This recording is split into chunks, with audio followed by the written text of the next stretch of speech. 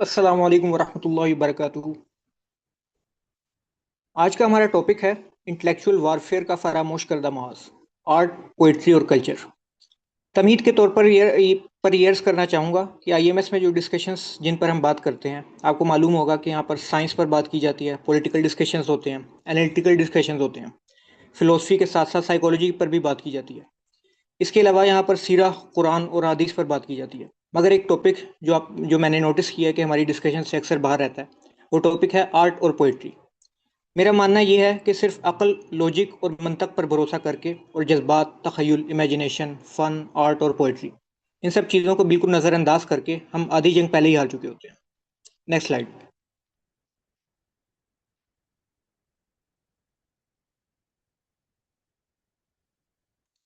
Narrative building में इन तमाम चीज़ों की को इतना ही अहम किरदार हासिल है जितना रीजनिंग, लॉजिक और डाटा को है। तो आईएमएस की डिस्कशंस जिनका ताल्लुक सीरा, पॉलिटिक्स और साइंस से है, उनके शोर-गुल में शायरी और फन एक गैर मुतालिका टॉपिक माना जाता है। और इसी खुशफहमी को तोड़ने के लिए आज मैं काफ़ी डिफरेंट टॉपिक आप लोगों के सामने लेकर हाजिर हुआ। Next slide.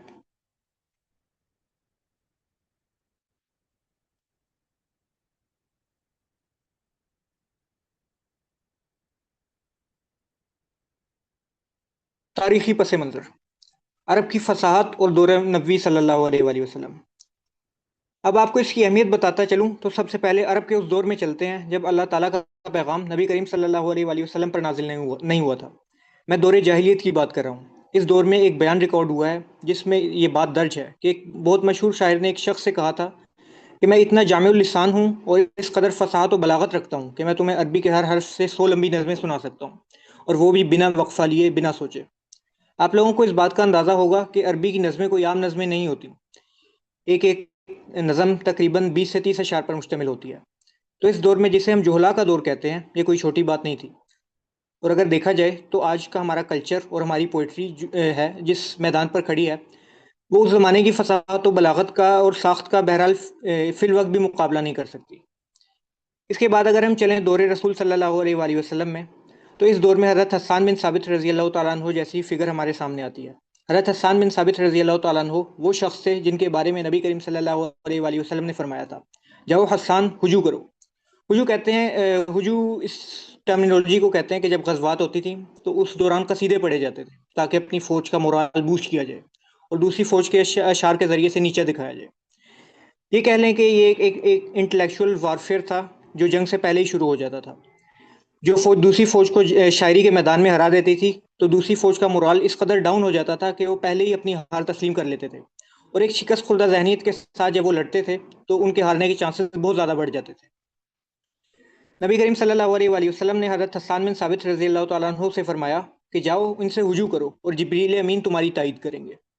खुद इस बात का अंदाज़ा लगाइए कि जिस शख्स के बारे में नबी करीम सल्लल्लाहु अलैहि वसल्लम खुद ये बात कह दें कि जिब्रील अमीन तुम्हारी तायद करेंगे, उस शख्स के कलाम में किस कदर काट अल्लाह ताला अता फरमा देगा। नबी करीम सल्लल्लाहु अलैहि वसल्लम के दौर में भी शायरी को एक बहुत इंपॉर्टेंट टूल के तौर पर यूज़ किया जाता था। यहाँ तक कि नबी करीम सल्लल्लाहु अलैहि वसल्लम ने हज़रत हस्सान बिन साबित रज़ी अल्लाह तआला अन्हु के लिए मस्जिद नबवी में एक अलग मिंबर रखवाया था, जिसको नैरेटिव बिल्डिंग के लिए इस्तेमाल किया जाता था। तारीखी सबक हमारे लिए ये है कि इस दौर में भी आर्ट, पोइट्री और फिलोसफी को मीडिया सेल और एक हथियार के तौर पर यूज़ किया जाता था, जिसके ज़रिए से दुश्मन के किलों को अंदर से खोखला किया जाता था। Next slide. अजीम फ़ातिहीन का ज़ौक़ फ़न और मुसलमानों का गोल्डन एज। अब अगर इंटेलिजेंस क्वेश्चन और इमोशनल क्वेश्चन की बात की जाए, तो इस दौर में भी शायरी एक बहुत मौसर किरदार अदा करती है। आपको मैं बताता चलूँ कि हज़रत खालिद बिन वलीद रज़ी अल्लाह तआला अन्हु जैसा शख्स जिसके बारे में जिसको सैफुल्लाह का टाइटल दिया गया, वो भी अशार लिखता था। और इनके अशार में इस कदर फसाहत और बलागत थी कि आप अरब के शुअरा में बहुत मकबूल थे। पता नहीं एक्चुअली प्रीवियस स्लाइड ही कर लें, वो मिस्टेक हो गई मुझसे। और उनकी एक नज़म मैं आप लोगों को सुनाना चाहता हूँ जो उन्होंने अपने बेटे की शहादत पर लिखी थी।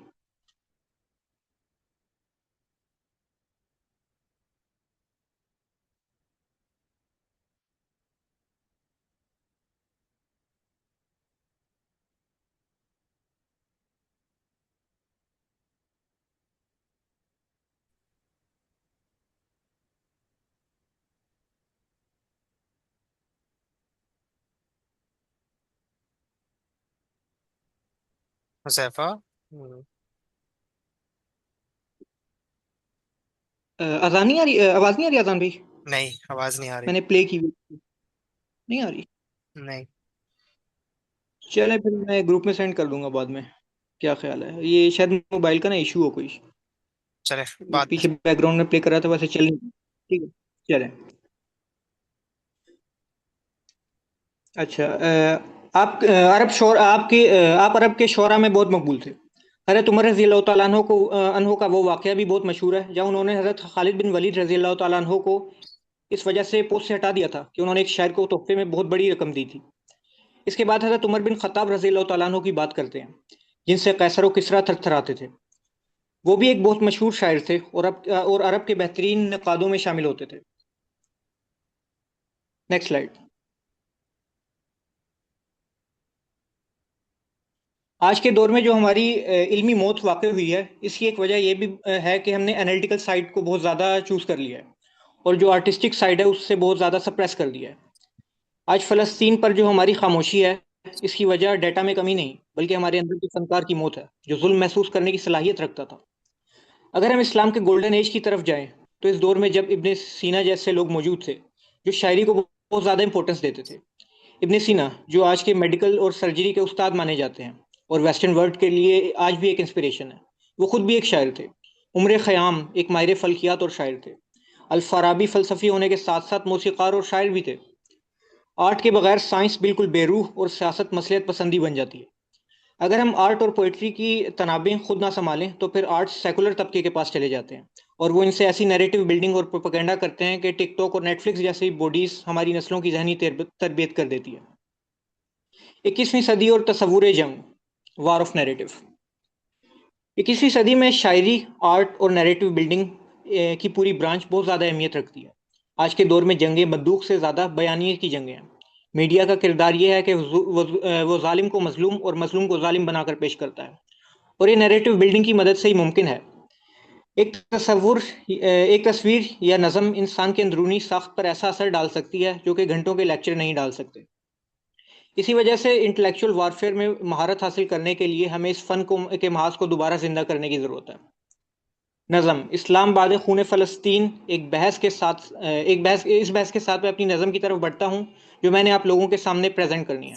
जिस नज़म का नाम है इस्लाम बाद खून फ़लस्तीन।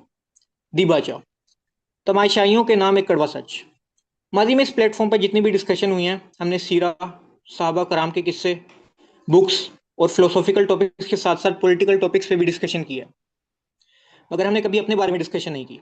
आज का मौजू निहायत मुख्तलिफ है, क्योंकि आज हम अपने बारे में डिस्कशन करेंगे।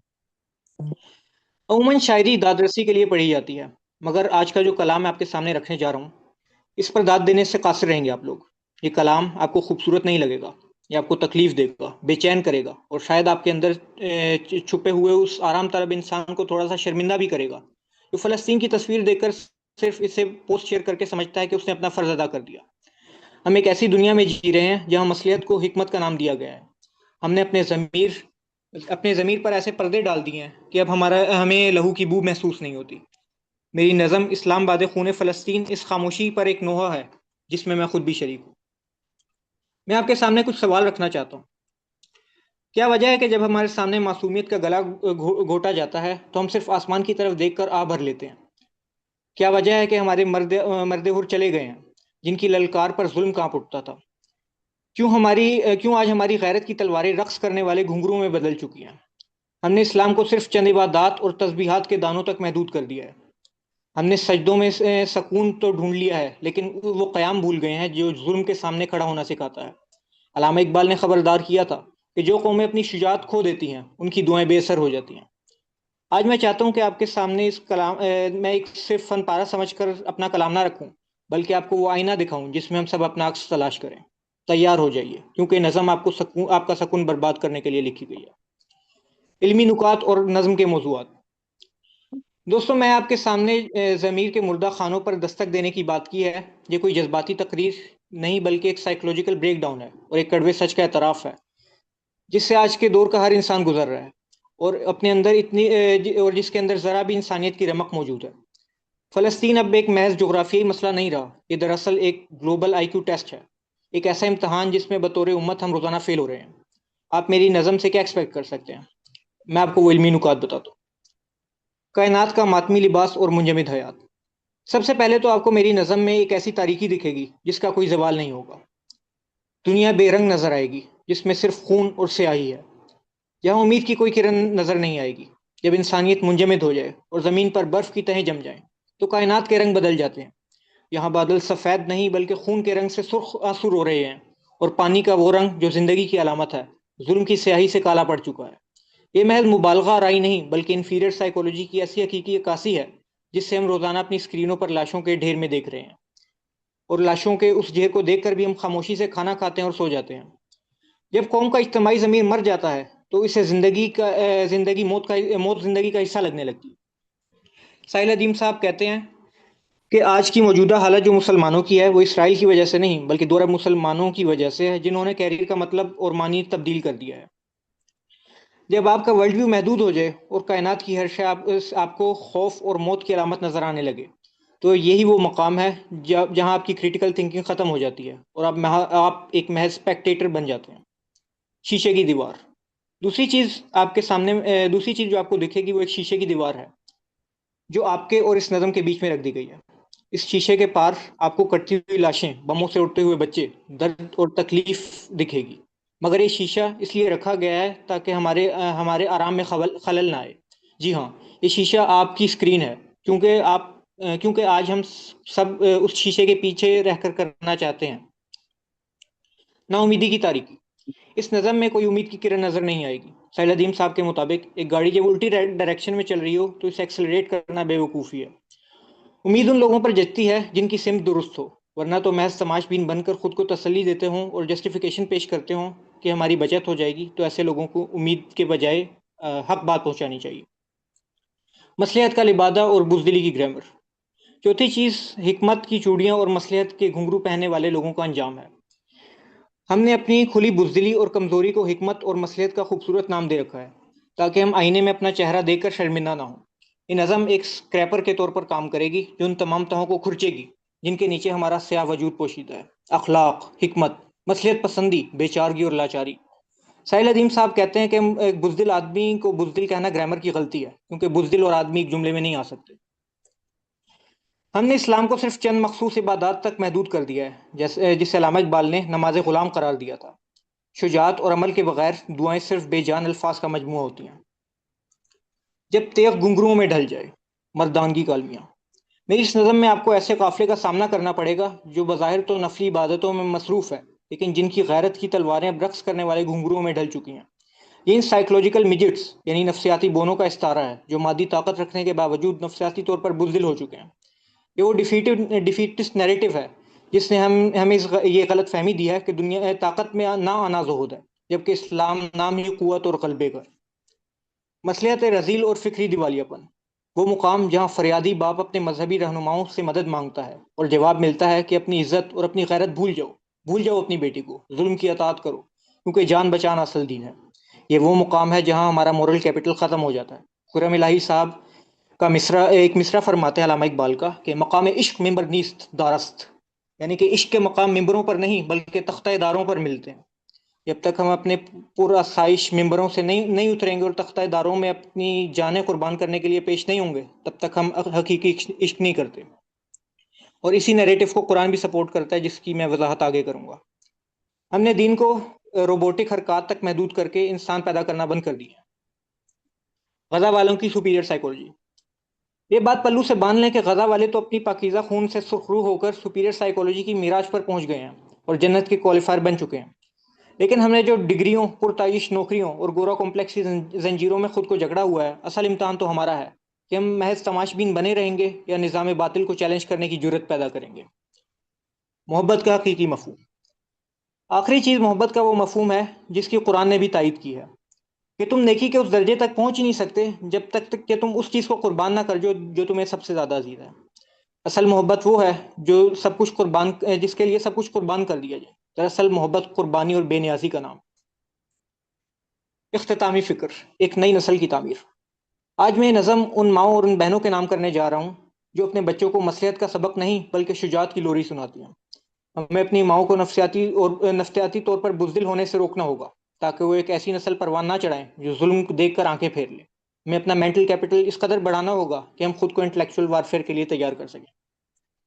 अब मैं उस कलाम का आगाज करने जा रहा हूँ, और मेरी ख्वाहिश है कि आप लोग सिर्फ कानों से सुने नहीं, बल्कि अपने ज़मीरों की अदालत में बैठ कर सुने, जहाँ कोई झूठ और कोई मसलहत काम नहीं आती। ये कलाम आपके सकून को गारत करने के लिए लिखा गया है, क्योंकि जब तक हम बेचैन नहीं होंगे हम बेदार नहीं होंगे। पेशे खिदमत है, नेक्स्ट स्लाइड।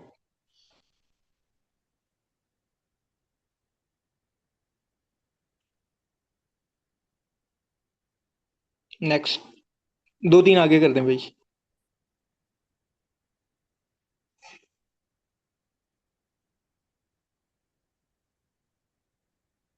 एक और, दो और कर दें आगे।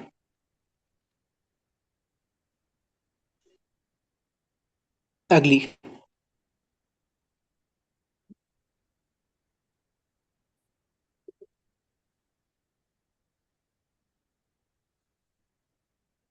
हम्म। पेशे खिदमत है, इस्लाम बाद खून फ़लस्तीन। इस नज़म में वो दुनिया बयान की गई है कि जहाँ पर फ़लस्तीन का वजूद ख़त्म हो चुका है, और उस खात्मे के बाद जो दुनिया के कॉन्सिक्वेंसेज हुए हैं कि मुसलमानों ने जिस वक्त उनके पास कुव्वत थी कोई इकदाम नहीं उठाया। तो मुसलमानों के जो मौजूदा हालात है उस दुनिया में वो बयान किए गए हैं। Next slide.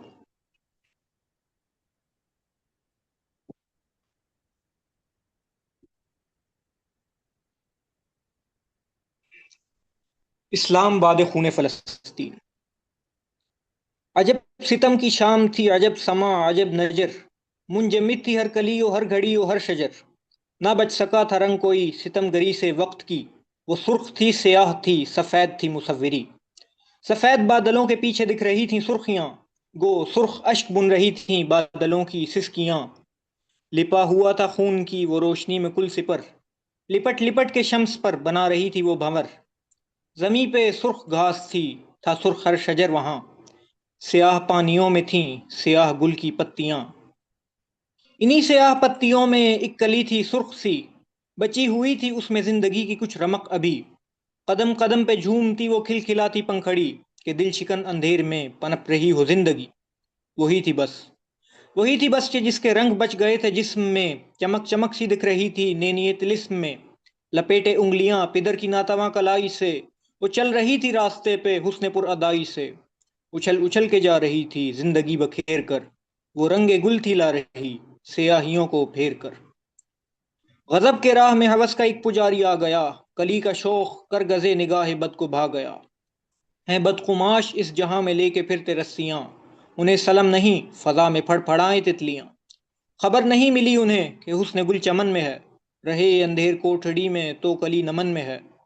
झपट के ले गया ज़ईफ बाप से वो कुल जहां, वो हड्डियों का तन उसे रोकता तो किस तरह।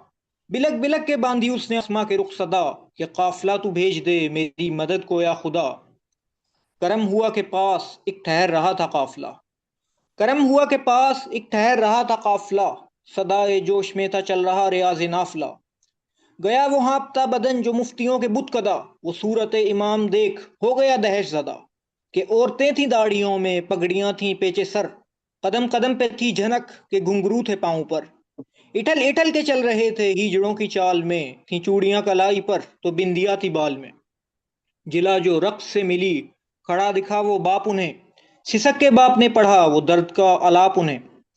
सुनी जो दास्तान दर्द मौलवी ने गौर से, सुनी जो दास्तान दर्द मौलवी ने गौर से, तो बाद फिक्र पड़ गई शिकन भवों पे जोर से। गजब में आके कह उठा अताअते रजील कर, भूल जा तू दुख तरिक को अक्ल से दलील कर। जानता हूँ दुख तेरा ये कर्ब मैं भी सह चुका, कि शर की तेग से मेरी कली का खून बह चुका। ये हिकमत बशर नहीं हुसैन शर से लड़ चला, कि हुक्म है बचाओ जां झुका जबीन बरमला। दबोच कर उसे गले से बाप ने किया सवाल, किधर गया वो मर्द हुर क्यों आदमी को है जवाल। वो दिन के जब, वो दिन के जब गिरी थी बिजलियां ये जन खा चुप रहा, वो दिन के जब कटी थी बच्चियां ये जन खा चुप रहा। जिगर नहीं के लड़ सके बरहमनों से दस्ते दास, न जाना दिल में बद कभी किया न तर के ओमलास। अताते दरोग की कता जहद को दीन से, जुदा नमाज से कयाम के है सुकून जबीन से। हदीद था जो तेग का वो घुंघरुओं में ढल गया, कि रह गई थी दाढ़ियां वो मरपन निकल गया। समझ सके ना वो कभी गजा पे इम्तहान नहीं, जो तोड़ दे तू तेग को सुने वो फिर दुआ नहीं। Next slide.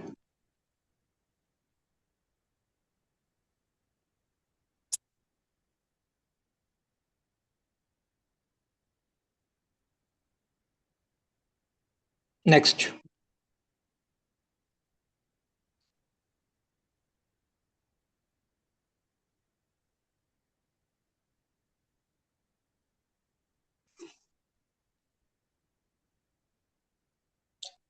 अच्छा, अब इस नज़म में कई ऐसे टॉपिक्स हैं जो कि अशार के पीछे छुपे हुए हैं। अगर उन पे डिस्कशन करनी है तो हम इसके लिए मजीद 3 सेशन रख सकते हैं, जिनमें हम 10-10 अशार करके इनका ब्रेक डाउन कर सकते हैं।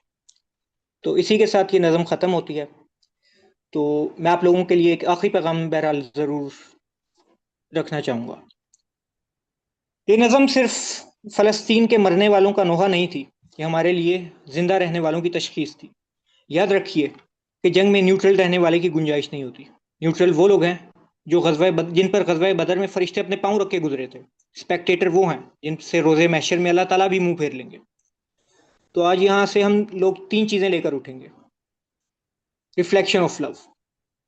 अगर हम अब भी अपनी पर्सनल और इकोनॉमिक स्टेबिलिटी को फ़लस्तीन के लहू पर तरजीह देते रहेंगे तो हमारे लिए अलबिर यानी मोहब्बत का मानी वाजे नहीं हुआ।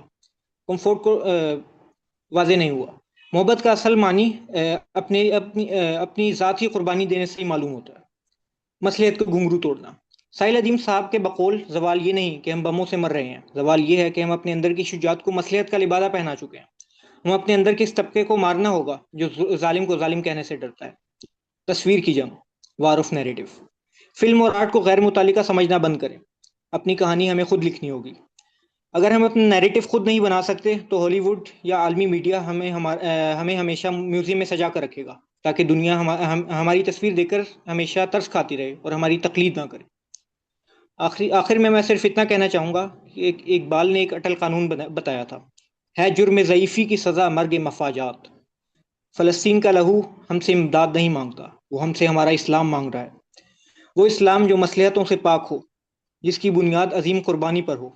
अब फैसला हमारा है कि हम इस आर्ट गैलरी में पेंटिंग बनकर रहना चाहते हैं या तारीख में अपना हिस्सा बनना चाहते तारीख का हिस्सा बनना चाहते हैं, जो कि शीशे की दीवार को पाश पाश कर दे। शुक्रिया।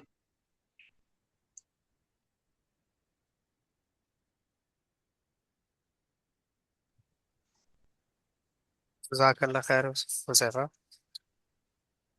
चलें अब कुछ डिस्कशन की तरफ मजीद चलते हैं। बारक। जी, आप लोग अपने सब माइक पे आ सकते हैं। और किसी ने कुछ सवाल करना है, कुछ पूछना है, कुछ ऐड ऑन करना है, वन बाय वन सब आ जाए। कुछ डिस्कस भी करना हो तो जी ज़ोहो। अस्सलाम वालेकुम। वालेकुम अस्सलाम। वालेकुम अस्सलाम। मुझे ओवरऑल आपकी प्रेजेंटेशन बहुत अच्छी लगी, क्योंकि मैं खुद लिटरेचर की स्टूडेंट हूँ, तो मुझे ये सब बहुत पसंद है। वैसे एक चीज़ मैं ऐड करना चाहती हूँ कि ये लिटरेचर लिखते वक्त पोइट्री या नॉवल या ड्रामा या कुछ भी इस तरह से लिखना हो, तो उसके लिए एक फेयरलेस माइंड की बहुत रिक्वायरमेंट होती है। जिसने भी पोइट्री लिखी है, जिसने भी कुछ लिखा है, उसने एक फेयरलेस माइंड, एक बेखौफ दिमाग से लिखा है। उसको आगे से पता था कि मुझे मौत भी आ सकती है, क्रिटिसिज्म भी आ सकती है, लेकिन फिर भी वो करता था। तो हमारे टाइम पे ना ये इस चीज़ की कमी बहुत ज़्यादा है। हमारे माइंड में खौफ बहुत ज़्यादा है, आगे से एतराज़ होगा, शायद मौत भी आ जाए, तो ये चीज़ें हमें बहुत ज़्यादा हैं। तो हमारे माइंड को बहुत क्लियर होना चाहिए कि शायद हम मर भी जाए तो खैर है। और एक और चीज़, मैं खुद भी लिखती हूँ शायरी, तो मैं अपने कुछ वर्ड्स ऐड कर सकती हूँ? जी जी जी ज़रूर। जी ज़रूर। थोड़ा लिखा है, शायद सही ना हो, लेकिन फिर भी स्टार्टिंग है तो एडजस्ट कर लेना। वो तवक्कल कहाँ गया, वो गाजी वो मुजाहिद कहाँ गया, ये नया सबक हमें किसने पढ़ाया, ये नई सोच किसकी ईजाद कर दी है। ए मर्द मोमिन ज़रा जांक, तुझे समझ आ जाएगा, ये तेरा असल नहीं, ये तेरा मुकद्दर नहीं। तू रस्ते पर तो है लेकिन मंजिल भूल गया, मंजिल क्या शायद अपना आप ही भूल गया। ये ग़ज़ा को देखकर कुछ आ जाता है तो बस लिख लेती हूँ। ओवरऑल मेरा सिर्फ़ ये था कि अपना माइंड क्लियर करना है, कि करना है कुछ, लिख कर, लड़ कर, जो भी है, कुछ करना है मुसलमानों के लिए। जज़ाकल्लाह। ठीक हो गया, बेहतरीन, माशाल्लाह। सही। जी फायजा,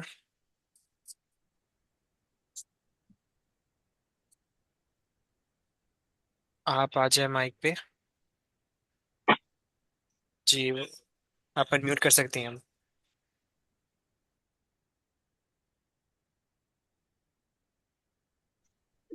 हेलो, आवाज आ रही है मेरी? जी आ रही है। जी, अस्सलाम वालेकुम। अजान भाई, मुझे ये पूछना था, मेरा इस टॉपिक से थोड़ा रिलेटेड क्वेश्चन नहीं है। मुझे ये पूछना था कि सर साहिल ने सूद के बारे में अक्सर मैंने उनकी डिस्कशन सुनी है। मतलब डिटेल में नहीं सुनी, लेकिन ये कि वो कुछ कहना चाहते हैं कि जो मुफ्तियान जो है पाकिस्तान में, जिन्होंने इस्लामिक बैंकिंग के में आगे के फेवर में फतवा दिया हुआ है, उससे डिटेल कोई भी मतलब कहीं पर भी सर साहिल की डिस्कशन है इससे रिलेटेड, तो वो अगर आप शेयर कर दें, या है ही अभी नहीं है? नहीं, डिटेल डिस्कशन नहीं है उनकी। उन्होंने जस्ट अपनी राय रखी है और आइडिया दे दिया कि हम सब सोचें, तहकीक करें और फिर बात करें। तो वो तहकीक अब हमने खुद करनी है, उनका डिटेल सेशन नहीं है उसके ऊपर कि कैसे ये बैंकिंग सिस्टम सूद का हिस्सा है या वगैरह जो भी उनका क्लेम है। अच्छा, और ये बताइएगा कि आईएमएस के अंदर इस टॉपिक पे कोई डिस्कशन वगैरह हुई है, कोई वीडियो वगैरह इससे रिलेटेड? सूद के ऊपर आई गेस, जहाँ तक मुझे याद है, नहीं हुई। होनी चाहिए, अच्छा। डिटेल में डिस्कशन करनी चाहिए, एक पूरी स्ट्रक्चर्ड प्रेजेंटेशन होनी चाहिए इस चीज़ के ऊपर। अभी आजकल वैसे टास्क चल भी ये रहा है इकोनॉमिक सिस्टम के ऊपर, तो आप में से कोई अगर ज़्यादा बेहतर समझता है सूद को कुरान के लेंस से, तो वो ज़रूर स्लाइड्स बनाए ताकि उसको हम लोग अगर वो स्टैंडर्ड पे हुई गाइडलाइंस के अकॉर्डिंग, तो उसको इन्फॉर्मेशन सेशन में ज़रूर प्रेजेंट करवा सकते हैं। तो चले, शुक्रिया हाँ, हम जजाकल्लाह। में से कोई भी अगर है इस तरह तो वो ज़रूर सोचे और करे काम। तो ये एक अच्छा टॉपिक है बहुत। जी नादिया,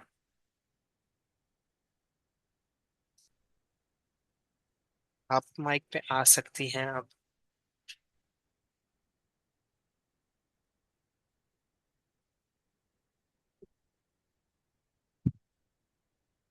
आपकी आवाज नहीं आ रही। माइक ऑन है?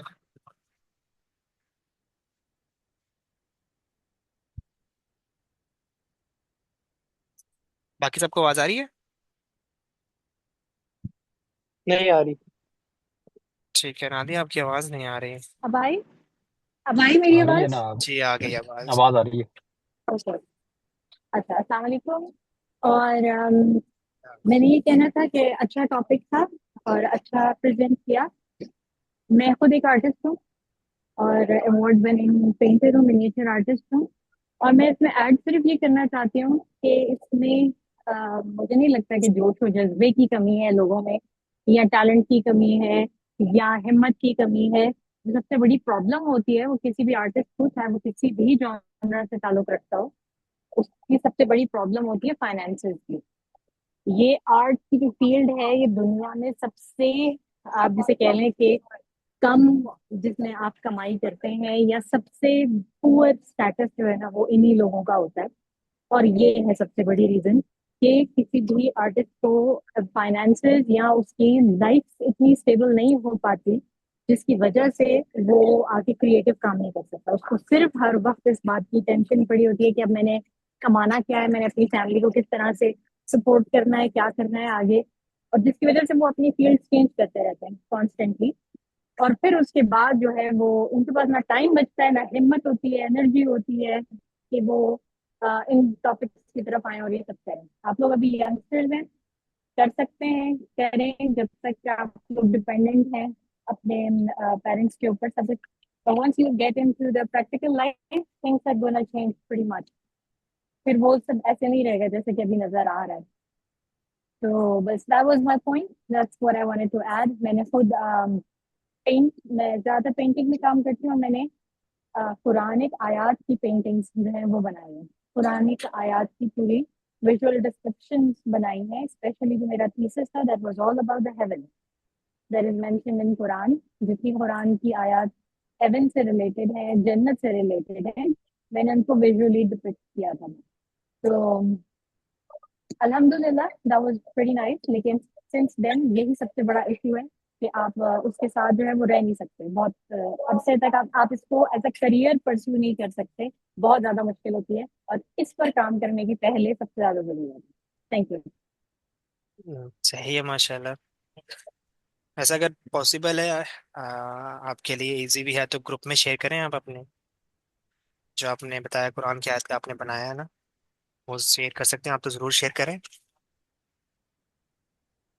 ज़रूर, मैं ज़रूर शेयर कर सकती हूँ, बिल्कुल करूँगी, ज़रूर शेयर करूँगी। ठीक है, चले, सही हो गया। जी जवाद, अब आप आ जाए। अस्सलाम वालेकुम अच्छा एवरीवन। अजान। जी जी जी फरमान बोले। मैं ज़रा ये ऐड करना चाह रहा था इनके लिए, अगर आप इजाज़त दें जवाब।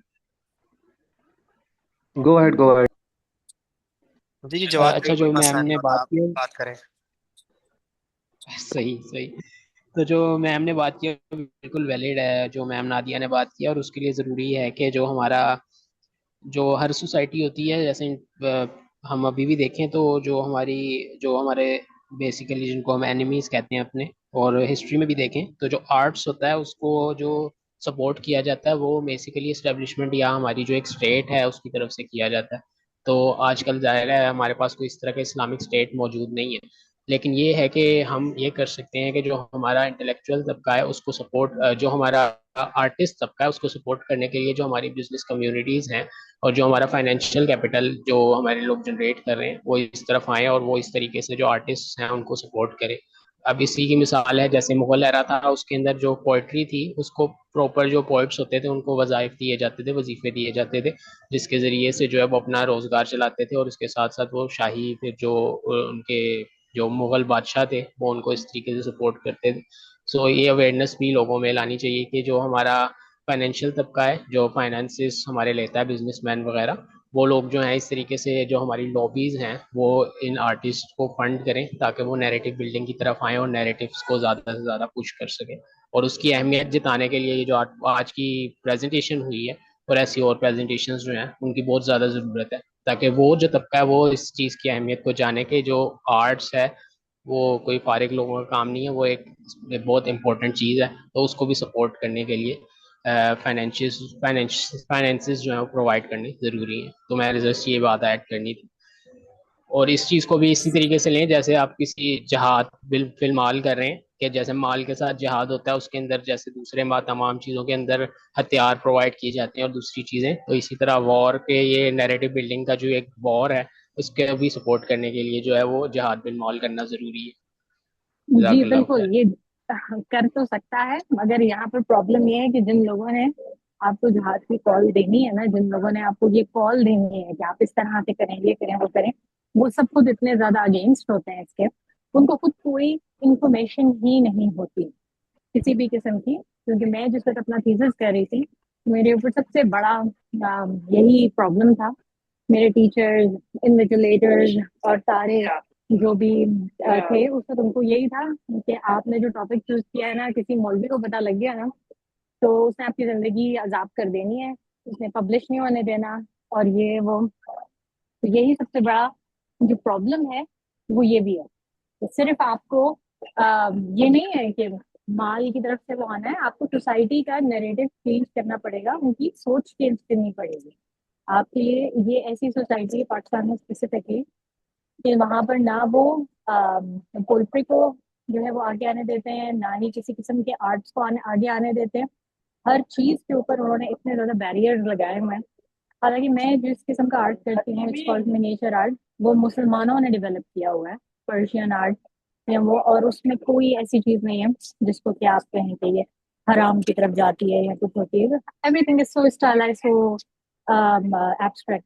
लेकिन उसके बावजूद इतनी ज्यादा जो है वो इसके ऊपर प्रॉब्लम होती है कि कोई मौलवी आपको मिल जाए और बस फिर वो जो बैठ के शुरू करते हैं, फिर आप कुछ भी नहीं कर सकते उसके आगे। तो सबसे पहले जो ज़रूरत है ना, वो अवेयरनेस फैलाने की। पहले पता उनको बताएं तो सही कि है क्या चीज़। ओह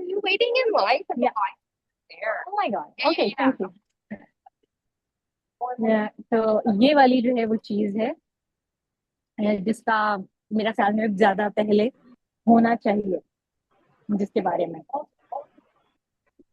सॉरी जी दैट बिल्कुल ऐसे ही है चलो। Exactly exactly। और इसमें इनफैक्ट आप जो पेंटिंग की बात कर रही हैं, उसके अंदर सबसे अहम चीज, जैसे आपको तो इस चीज का इल्म होगा जाहिर है, पिछले जो हमारे एरास थे उसमें जो हमारी आर्किटेक्चर होता था, मुस्लिम आर्किटेक्चर, उसके अंदर जो तमाम कैलीग्राफी और वो तमाम चीजें होती थी, उसका कितना बड़ा इम्पैक्ट था हमारे इवन ज्योमेट्री जो थी उस हवाले से। सो जो आर्ट्स है वो इसके साथ साथ जो है वो साइंटिफिक जो डिस्कवरीज हैं उसमें भी काफी हेल्प करता है, जैसे प्रेजेंटेशन में भी आज डिस्कशन हुई थी। तो जिस आईएमएस के अंदर जैसे साहिल अदीम कहते हैं कि हमारे 4 कैपिटल्स हैं, तो उन 4 कैपिटल्स के अंदर जो इंटेलेक्चुअल हमारा कैपिटल है उसके अंदर एक आर्ट्स की भी पोजीशन होनी चाहिए, जिसके अंदर फिर जो बाकी के तमाम कैपिटल्स हैं वो मिलके उसको हेल्प आउट करें।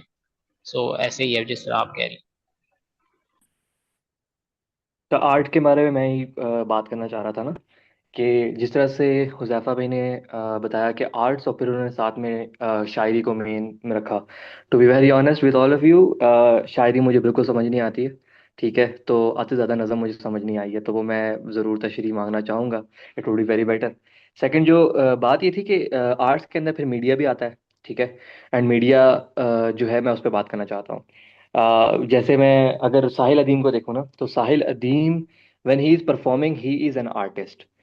मुझे बताइएगा कोई भी एग्री करता है या नहीं करता।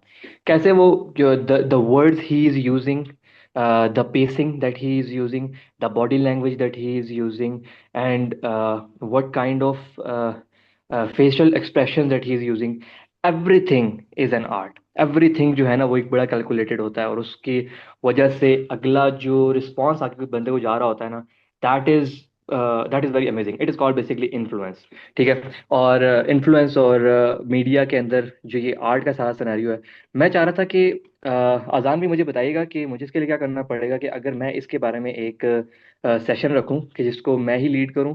और क्योंकि मैं पिछले कह लें कि हाफ अ डेकेड से मैं इसको स्टडी कर रहा हूँ, and I love it. I love the way people talk, the way the people act, the behavioural science of things, and communication का क्या वो है। तो उससे एक फ़ायदा बहुत ज़्यादा हो सकता है हमारी पूरी कम्युनिटी को, विच इज़ कि जैसे कि अब ये वाला जो आज का जो सेशन था ना हुजैफा भाई का, इसमें हुजैफा भाई की आवाज़ में और हुजैफा भाई की बातचीत में एक एक एक वजन था। ठीक है, समझ आ रही थी। बट इससे ही लास्ट सेशन, इससे पिछला सेशन जो था, उसमें वो जो भाई आई थिंक सो कोई डॉक्टर थे, या नहीं नहीं, वो सॉरी वो सिस्टम के बारे में कोई बात कर रहे थे, बट उनकी आवाज इतनी कोई स्लो थी, उनकी इतनी मोनोटोन में बात कर रहे थे कि वो सुननी ही नहीं जा रही थी, मतलब कि बंदा एकदम से बोर हो जाता था। तो आई थिंक सो कि अगर मैं ये वाली बातें बता सकूं कि जिसमें बोलना कैसे है, कहाँ क्या बोलना है, कौन कौन सी चीज़ें हैं, जिससे ये है कि अगला इम्पैक्ट जाता है आवाम के ऊपर, तो दैट वुड बी ग्रेट। मुझे ये बताइएगा अजान भाई कि क्या इसके लिए मुझे किया जाए, ताकि मैं ये है कि इस क्वालिफाई कर सकूं आईएमएस के अंदर एक वो देने की सेशन देने के लिए, इस मेन चीज के ऊपर, कम्युनिकेशन एंड इन्फ्लुएंस के बेसिकली ऊपर। आप बता रहे हो the art of story telling, या that is what you exactly, want to do. Sort of story telling and हाँ आल्सो इन्फ्लुएंस, कि किस तरीके से अगलों को थोड़ा सा हिलाया भी जाए और उनको समझ आए, वो एंगेज रहें, रादर आर्ट देन ऑफ कि स्टोरी टेलिंग। वो बड़ा एक मोनोटोन में रहे, वैसा ना हो। सही सही। वैसे ज्यादातर हमारे नरेटर्स का प्रॉब्लम ही यही है कि बहुत मोनोटोन एग्जैक्टली। होते हैं, बहुत एंड सबसे ज्यादा। एक और, हाँ एंड एक और जो मेन चीज आती है, वो जो मैंने भी देखा कि उसमें ये है कि अगर हम कैमरा ऑन कर लें, that would be N huge impact, because उसमें फिर ये है कि आप अगले बंदे को देख सकते हो, फिर उसके इमोशंस भी देख सकते हो, आप उसके फेशियल एक्सप्रेशन देख सकते हो, एंड उससे जो एक इम्पैक्ट आता है वो नेक्स्ट लेवल। अभी आप खुद देख लें, अभी जरियाब हाशमी की पॉडकास्ट देखें, उसमें पॉडकास्ट सुनिए, खैर आईएमएस का भी, यूके आईएमएस यूके का उनका भी सेशन है, सारे उसमें वो हैं, उनके कैमरास ऑन हैं। एंड जरियाब का अगर आप वो देखते हैं, पूरे एक्सप्रेशंस देखते हैं, and how he is talking, I was absolutely surprised कि जरियाब आशीष साहब भी इस तरह से बोल सकते हैं, उनके अंदर भी इतना पैशन है, क्योंकि वो ज़्यादातर स्पिरिचुअल साइड को देख रहे हैं, एंड शायरी साइड को देखते हैं अक्सर, मैंने जितनी भी उनकी वीडियोस वगैरह देखी हैं। But this was something else. ऐसा ही है बिल्कुल। बात आपकी बिल्कुल सही है और मैं एग्री करता हूँ। और आप जो प्रोसीजर का पूछ रहे हो, उसके लिए यार ये या ऐसा है कि आपको एक लेटर लिखना होगा, अप्रूवल लेनी होगी प्राइम मिनिस्टर से, द ग्रेट प्राइम मिनिस्टर। अच्छा। हाँ, और वो आर्मी चीफ से अप्रूवल ठीक अगर है, आएगी तो ठीक है, वरना नहीं। ठीक है, ठीक है। टेंशन नहीं नहीं लो नहीं, मैं वो यार, ये बात नहीं कर रहा अच्छी बात है। था, अप्रूवल की बात नहीं कर रहा था। मैं या ये या क्यों मैंने ये क्यों एक्टिविटी शुरू करवाई है, ये कैप्टन को वैसे बाय द वे पता है हाँ।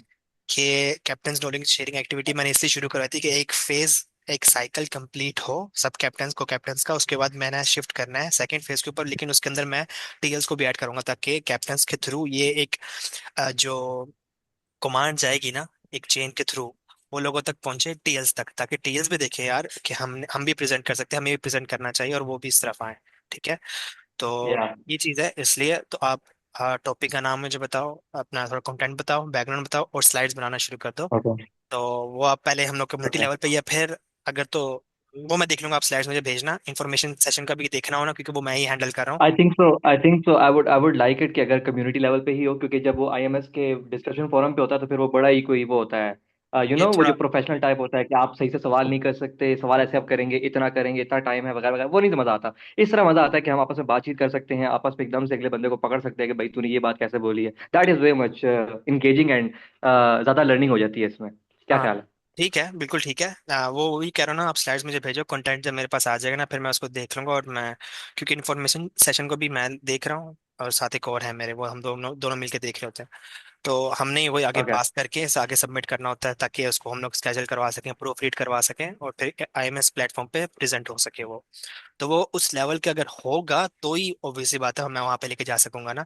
तो वो पहले कंटेंट आपकी तरफ से एग्जैक्टली। क्या, मुझे आप खुद एक डेमो दोगे तो फिर वो चीज़ आएगी।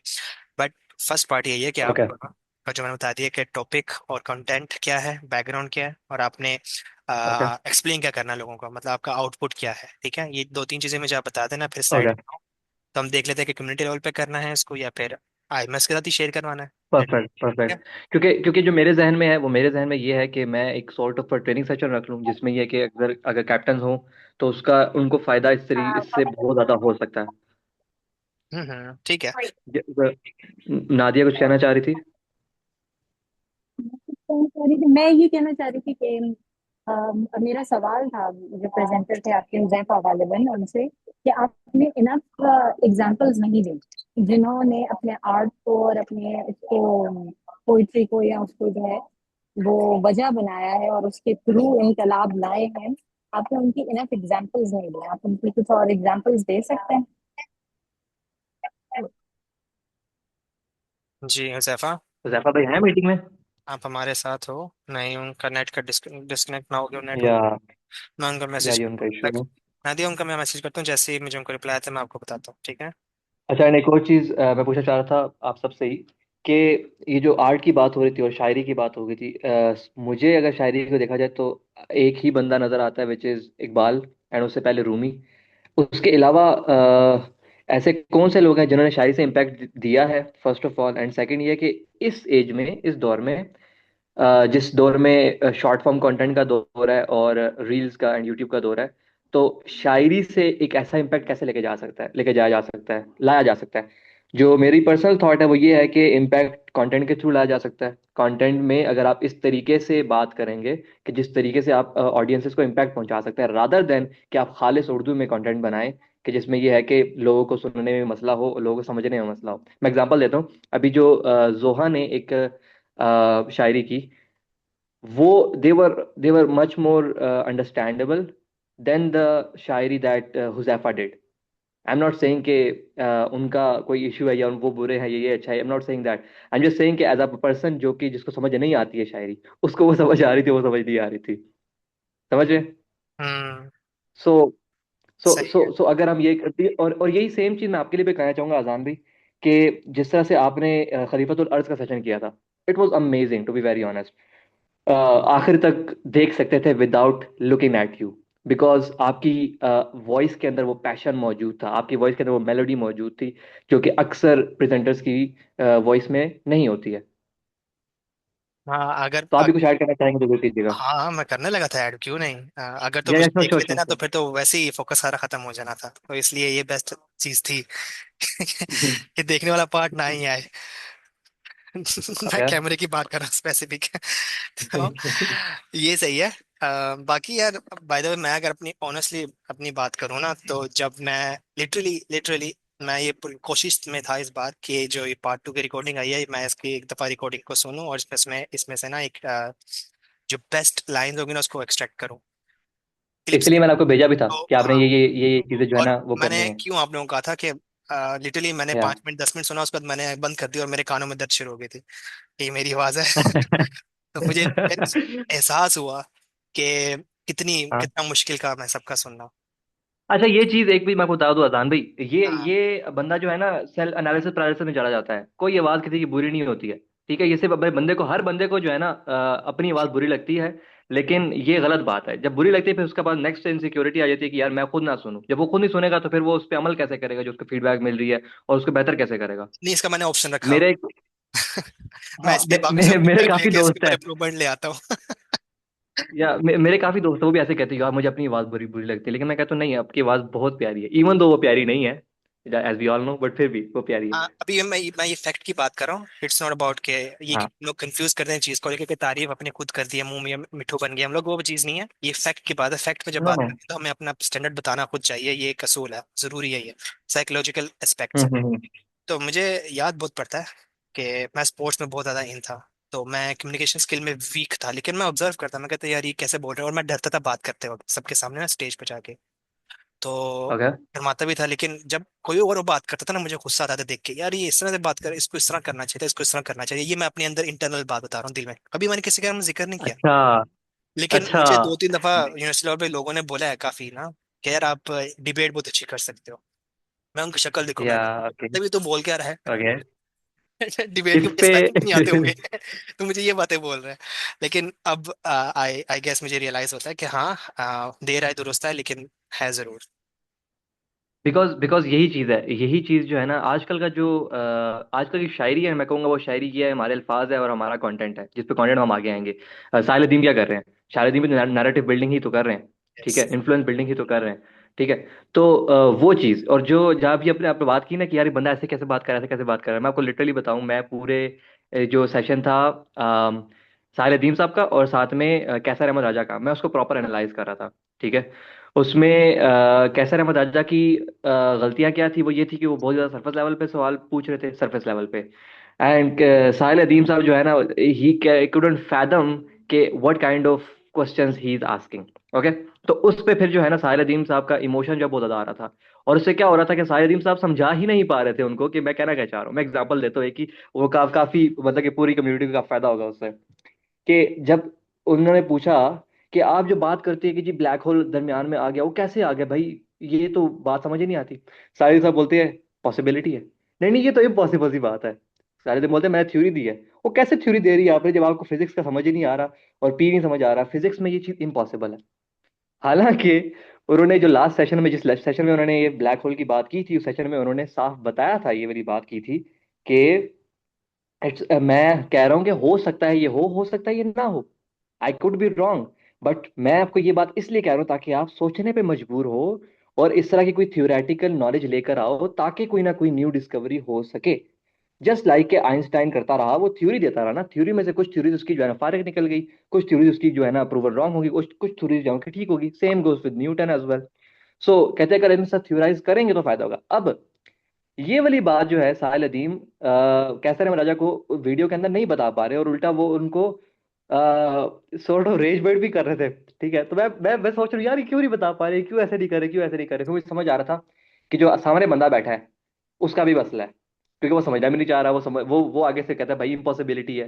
वो यस। आजकल के पैरामीटर्स को लेकर चल रहा है, और सारे दिन कह रहा है कि भाई आजकल के पैरामीटर तो फिजिक्स के हैं, जो फिजिक्स चेंज होती रहती है। यस। फिजिक्स वर्डिक्ट नहीं है, फिजिक्स वो है, ओपिनियन है, सॉर्ट ऑफ, ठीक है। और तो बाय द ये जो है ना, ये डिस्कोर्स जो मैंने पढ़ा, मुझे बड़ा मजा मजा आया और इसमें, बहुत ज्यादा। ये बात आपकी सही या है।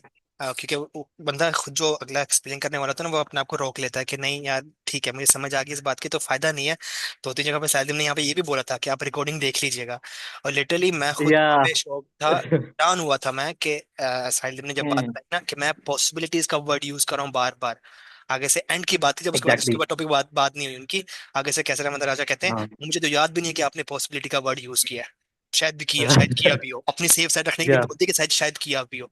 मैं उस एंड वक्त एंड literally लास्टली मैंने सबसे अपने बड़ा सर ब्लंडर। पे हाथ रखा था कि ये या क्या गो। बोल दिया है इन्होंने। शायद इन्होंने पीछे 10 दफा कॉन्टेक्स्ट में बात कर दी है कि पॉसिबिलिटी की मैं बात कर रहा हूँ, और एंड पे कहते थे मुझे याद भी या नहीं है। तो वो ये चीज आती है कि जिससे या पता चलता है कि बहुत जगह पे आके आपको रोकना पड़ता है, क्या नहीं यहाँ पे ये सवाल ही इस नौयत का कि इसकी वजाहत इतनी डिटेल में मैंने करनी ही नहीं है। Yes yes. अच्छा, दो ब्लंडर मारे थे उन्होंने, कैसर अहमद राजा ने। ठीक है। वो एक ब्लंडर तो ये था जो लास्ट में उन्होंने किया कि ऑडियंस डिसाइड कर लेगी, like what do you feel by कि ऑडियंस डिसाइड कर लेगी कि क्या हुआ है। हाँ ठीक है। एंड सेकंड वाज कि जो उन्होंने वजाहत दी थी नेशनल ब्रेकफास्ट की, वो जो लिख के बोला था, लिख के एक स्लाइड चला दी थी, हाँ ऐड उस पे भी उन्होंने एक सेम वजाहत नहीं दी थी कि इज इट हराम और नॉट, सिर्फ उन्होंने बोल दिया था, बस विच वो वाज थोड़ा सा उन्होंने नॉट शो गुड। करवाया था कि मैंने रिसर्च कर लिया, नथिंग एल्स। मैं या नहीं बता रहा या हूँ। बट या अब मैं कंक्लूजन की तरफ जाऊंगा, but at the end of the day जिस चीज़ को मैं देखता हूँ, क्योंकि जब मैंने आईएमएस की जो कम्युनिटी की वीडियोस देखी जो कि शॉर्ट फॉर्म में आ रही थी, और जिसमें शहरोज भाई हैं, वो ज़्यादातर वीडियोस अपलोड करते हैं शॉर्ट फॉर्म की, तो उसमें नीचे जो है अवाम ने जो है ना वाला मचाया हुआ था कि यार कैसर अहमद आजा पागल हो गया, उसे ये हो गया, सब। आई एम लाइक नो, ऐसा नहीं है। कैसर अहमद राजा की एक अपनी अंडरस्टैंडिंग है। ठीक है, जिस लेवल पे वो बैठा है साहिर अदीम उससे लेवल 10 पे बात कर रहे हैं, और ये लेवल 1 पे है। बट इसका मतलब ये नहीं है कि ये गलत है। ठीक है, सबसे बड़ी बात उनकी ये है कि वो साथ बैठ के समझना चाह रहे हैं perspective of Sahil Adeem, and trying to understand the concept, and even though if he didn't understood it, he is still saying कि यार थैंक यू सो मच कि आप आए हैं, you are doing good, we can go to the मदारिस, we can do work together, we can do that. And after that जब उन्होंने वजाहत वाली वीडियो बनाई है, उसमें भी ये बात उन्होंने कहा है कि हम जो है ना मिशन हमारा एक ही, हमने मिशन पे चलना है। जो एक ये वाला कॉन्सेप्ट होता है ना अजान भाई, कि अगर एक बंदे ने कोई गलती कर ली तो हम उस गलती को पकड़ लेते हैं, फिर हम कहते हैं कि जी everything is wrong. And with the IMS अगर हम ये कहें ना कि सिर्फ साहिल अदीम ही ठीक है और बाकी सारे रॉन्ग है, that is wrong as well, because Sahil Adeem भी एक बंदा है, एक इंसान है जो ये गलतियां कर सकता है। उन्होंने बड़ी बड़ी गलतियां, जैसे मैंने भी बताई कि वो बता नहीं सके थे कि क्या जवाब देना चाहिए। ठीक है, अक्सर वो जब गुस्से में आ जाते हैं फिर वो कहते हैं भाई मैं अड़ गया हूँ मैं अच्छा। अच्छा, जब इवेंट में जब जो लास्ट वीडियो थी उसमें वो कह रहे थे कि हो सकता है आई कुड बी रॉन्ग, लेकिन यहाँ पे उन्होंने एक बार भी नहीं बोला कि I could be wrong, just because आगे कैसर कैसर बैठा था। समझ रहे। So these are the things कि at the end of the day हमें अंडरस्टैंड ये करना चाहिए कि मिल मिलाए काम कैसे कर सकते हैं। एंड थर्ड पॉइंट जो कि मैं अजान भाई आपसे पूछना चाह रहा था, कि अगर अगर आईएमएस का कैप्टन या कम्युनिटी हेड जो कि अजान खालिद, अगर वो गलती करता है तो उसको कैसे कन्फ्रंट करना चाहिए, उसको इस तरह लाइव कटहरे में खड़ा करना चाहिए या फिर उसको पहले अकेले में बात कर लें उसके साथ। नहीं, आपको लाहौर हाई कोर्ट में केस करना होगा। मैंने आई लॉयर थिंक रखे हुए फायरिंग हैं। स्क्वाड बेहतर रहेगा। मैंने मैंने है लॉयर जान, रखे हुए हैं, मैं प्रोफेशनल तरीके से आता हूँ। यार फायरिंग स्क्वाड के सामने खड़ा करें मेरे ख्याल यार से। इस सब हाँ, के ना, इस मैं पूरे आईएमएस एक कोर्ट के सामने खड़ा करता हूँ ना। मैं क्या देखो ख्याल ये है? बात ऑन रिकॉर्डिंग बोल रहा हूँ। मुझे मैं क्या इस यार? चीज़ पे बहुत ओपन हूँ, बहुत ओपन हूँ, कुछ लोगों को जा पता है इस चीज का, लिटरली कुछ। ओके आप अगर मुझे अभी भी ओके। बोलोगे ना, ना तो मैं बुरा फील करता हूँ ना माइंड करता हूँ। इवन दो मैं ये सोचता हूँ कि ठीक है एक फीडबैक आ गया, इस फीडबैक से मैंने अपनी या करनी है, तो मैं ओपन हूँ या इस। नो नो, अगर आप बुरा अभी मानने बात वाली बात करो, है तो आप अभी बात कर मैं लो। भी करता हूँ। हाँ आप अभी मैं भी कर लेता हूँ, मैं भी कर लेता हूँ। प्राइवेट में। मुझे मुझे ये बताइएगा कि एक लड़का था इस कम्युनिटी में जिसका नाम है साद खोकर, जी जी। उसको आपने क्यों रिमूव किया कम्युनिटी से? बिकॉज जो मुझे उसका कंटेंट मिला कि जिसकी बाद वो रिमूव हुआ, I don't think that was just to remove him from the Islamic movement because he is a Muslim. सही सही, अभी तो मैंने की रिपोर्ट सबमिट नहीं की, आपने तो मुझे याद करवा दी, मैंने तो रिपोर्ट सबमिट करनी थी आईएमएस में। सही चले, मैं बताया। हाँ, ऐसे ये मतलब। आपने पूछा बिल्कुल सही पूछा, आपने पूछना भी चाहिए था कि हमारी या कम्युनिटी का एक बंदा है क्यों ब्लॉक हुआ है या फिर इसको रिमूव किया गया। या अ, उसको मेरी साइड से 2 दफा ऑन ऑफिशियल रिकॉर्ड वार्निंग जा चुकी थी कि आपने ये काम नहीं करना, आप जीरो टॉलरेंस पॉलिसी को ब्रीच कर रहे हैं। आपने मोरल विच कोड्स को इज बहुत ब्रीच किया, बहुत बार ब्रीच किया। इवन दो ये तो मैंने ऑन रिकॉर्ड की बात की ना, पर्सनली मैंने जूम मीटिंग भी की है उनके साथ, लिटरली जूम मीटिंग की है उनके साथ अच्छा पे, और पर्सनली मोबाइल पे मतलब चैट पे भी उनको समझाया है, ठीक है। 2 से 3 दफा एक ही चीज हुई। ओके। और इसके अलावा रिमूव मैंने नहीं किया, ठीक है, रिमूव मैंने नहीं रिमूव। कम्युनिटी से आपने रिमूव किया है ना, कम्युनिटी से आपने रिमूव किया है हाँ वो मुझे करना और पड़ेगा ग्रुप से ना ग्रुप से। किया हो। जी ग्रुप से रिमूव हाँ किया तो फिर वो आईएमए से रिमूव करना था पूरा पर, और रिपोर्ट भी सबमिट करनी है वो, जो कि मैंने अब तक की नहीं रिपोर्ट सबमिट। रिपोर्ट सबमिट करने का ओके। मतलब ये है कि वो ब्लॉक होंगी पूरी आईएमएस से। समझ रहे हैं? तो एंड व्हाई इज दैट? उनको रिमूव बता रहा हूँ, उनको रिमूव एडमिन ने किया है, लिटरली डायरेक्ट एडमिन ने किया है। अब ये ज्यादा ओके। बड़ी एक मेरे ऊपर, मेरी पोजीशन के ऊपर क्वेश्चन खड़ा हो जाता आके, कि मेरे होते हुए जिसके पास अथॉरिटी और जिसने ये सब करना होता है, उसके उसको बाईपास करते हुए एक एडमिन ने आके रिमूव क्यों कर दिया? तो इसका मतलब ये है कि ये बड़ा मसला है। समझ रहे हैं? ये बड़ा मसला है, इसलिए मैं डायरेक्ट एडमिन ने आके रिमूव मैं कर। जी जी। ओके ओके, मैं इसके बारे में बोलना चाहूंगा, क्योंकि जब मैंने उनका कॉन्सेप्ट पूरा समझा ना, जो उन्होंने मुझे सारी डिटेल भेजी थी, क्योंकि मेरे साथ सलाम दुआ थी उनकी। तो जब मैंने उनकी जो कॉन्सेप्ट पढ़ा, of course it was kind of misogynistic, ठीक है, ये मैं उसका कहूंगा। And kind of rage baiting as well. जिस तरीके से वो बोलता है, वो सिंपल रेज बेटिंग ज्यादा होती है, और उसका कॉन्टेक्स्ट इतना ज्यादा क्लियर नहीं होता। Hmm. Wouldn't it be good कि आप उनको उसी टाइम समझाएं कि that is not how the way is this, instead of saying कि आप इस तरीके से बोल रहे हो, that is why we are removing you. क्योंकि अगर इस तरीके की बात आए, तो फिर तो सारे दिन को भी तो टीवी से रिमूव कर दिया। So that was that just? हाँ, चलो मैं, अब आपने मुझे खुद जवाब देना है। आपको श्योर। क्या लगता है कि मैंने दो दफा वार्निंग क्यों दी है? ऑफिशियल दो दफा वार्निंग क्यों दी है? और क्या वार्निंग दी होगी? हाँ, जो आपने भी आई बात की वांट है यू टू। वही तो बात कर रहे हैं। हाँ, समझाया है। उसके अलावा जूम मीटिंग का मैंने क्यों जिक्र किया आपसे? पर्सनल मैंने उनको समझाया, ये वाला जिक्र क्यों किया मैंने आपसे आपसे?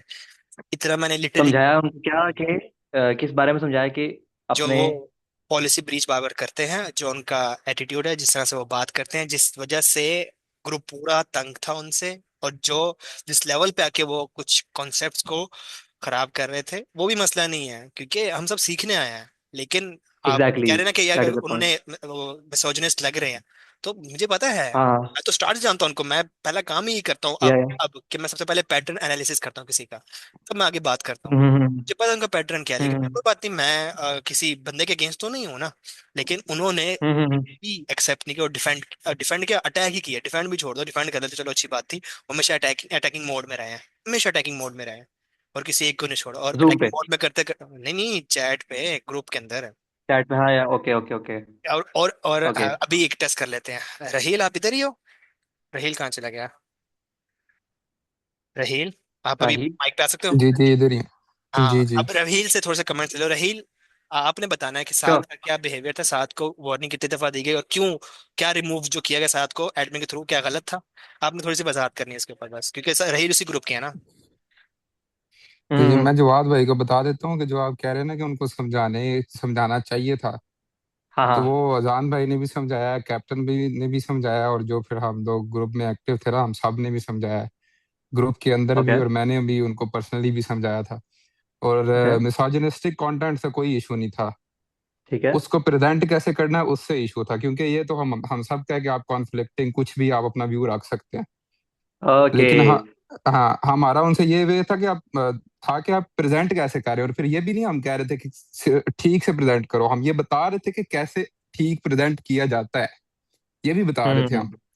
हम्म हम्म और हम्म वो हम्म, कुछ भी बात करते थे, मैंने उन्हें पर्सनली बहुत दफा कहा है, अगर आप ये चीज जस्टिफाई कर रहे हो तो आप मुझे सिर्फ सीधा से एक एग्जांपल ला दो, हम आपको मना नहीं करेंगे, फिर आपका हम्म, जस्टिफिकेशन हो जाएगी कि आप ये कैसे प्रेजेंट कर रहे हो ये चीज।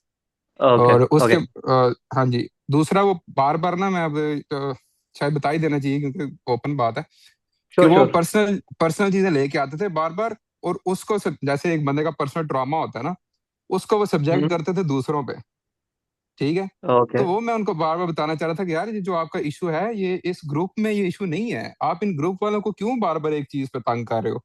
फॉर एग्जाम्पल, एक बंदे को मतलब अगर हार्ट की प्रॉब्लम है, उसको जाके हम्म। बताओ ना, बाकी जो 10 बंदे हैं उनको क्यों बता रहे हो कि दिल खराब होना बुरी बात है।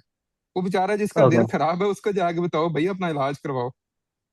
ओके। तो अगर ये अगर थोड़ी आप सी लोगों ने एक्सप्लेनेशन। अगर आप लोगों ने हाँ रहील भाई ने और अजान भी ने अगर उसको बार बार बताया है, और वो बताई है, गलती बताई है, so that is okay. Because to be very honest, जब मेरी चैट हो रही थी, तो एग्जैक्टली मैंने भी उनको यही बताया था। और अजान भी, मैं आपको अगर कहते हो तो मैं स्क्रीनशॉट भेज सकता हूँ चैट के ना, कि आपकी बात में मसला नहीं है, जिस तरह से आप बोल रहे हो उसमें मसला है।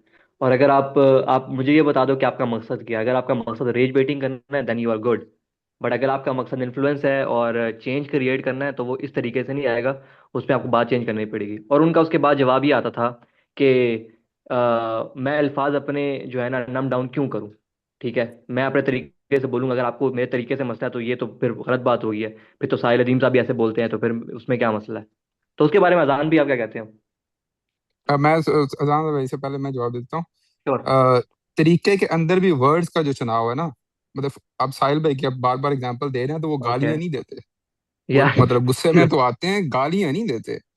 तो मैं ओके ओके बार बार तो उनको ये कहता था कि इधर लोग जो हैं वो आपके एम्प्लॉइज तो है नहीं है, सारे यस। वॉलंटरली आए हुए हैं। तो आप मतलब कोई एम्प्लॉय भी हो तो फिर भी गाली गाली देना मतलब नहीं है, जस्टिफाइबल नहीं है। बट ओके ओके गालियां ओके। देना और उसको फिर जस्टिफाई करना कि मैं तुम लोगों को जगा रहा हूँ, तो हमने कहा आप सो जाए, ना जगाए हमें। हाँ। अच्छा देखो, ओके ओके, थैंक यू जवाब सो मच। बात यह है या कि या कांस्टेंट आपका बिहेवियर चल रहा होता है ना, वो चीज़ ठीक नहीं होती। कांस्टेंट बिहेवियर आपको तब, हम्म। और आपकी जितना भी आपका इन्वायरमेंट आप उसको टॉक्सिक कर देते हो। शायद इनका बिहेवियर टॉक्सिक नहीं है और कांस्टेंट नहीं है। फॉर एग्जांपल, वो लोग ओके जब ओके। जूम पे आके हमसे आई में से बात करते हैं तो वो जरा एग्रेसिव बहुत ज्यादा मोड होता है। ठीक है, जैसा अभी रिसेंटली हुआ भी था, उन्होंने हम्म। 5-6 उलमा के ऊपर जो उनके ऊपर अटैक आया था, फिर सारे यस को रिस्पॉन्ड किया था।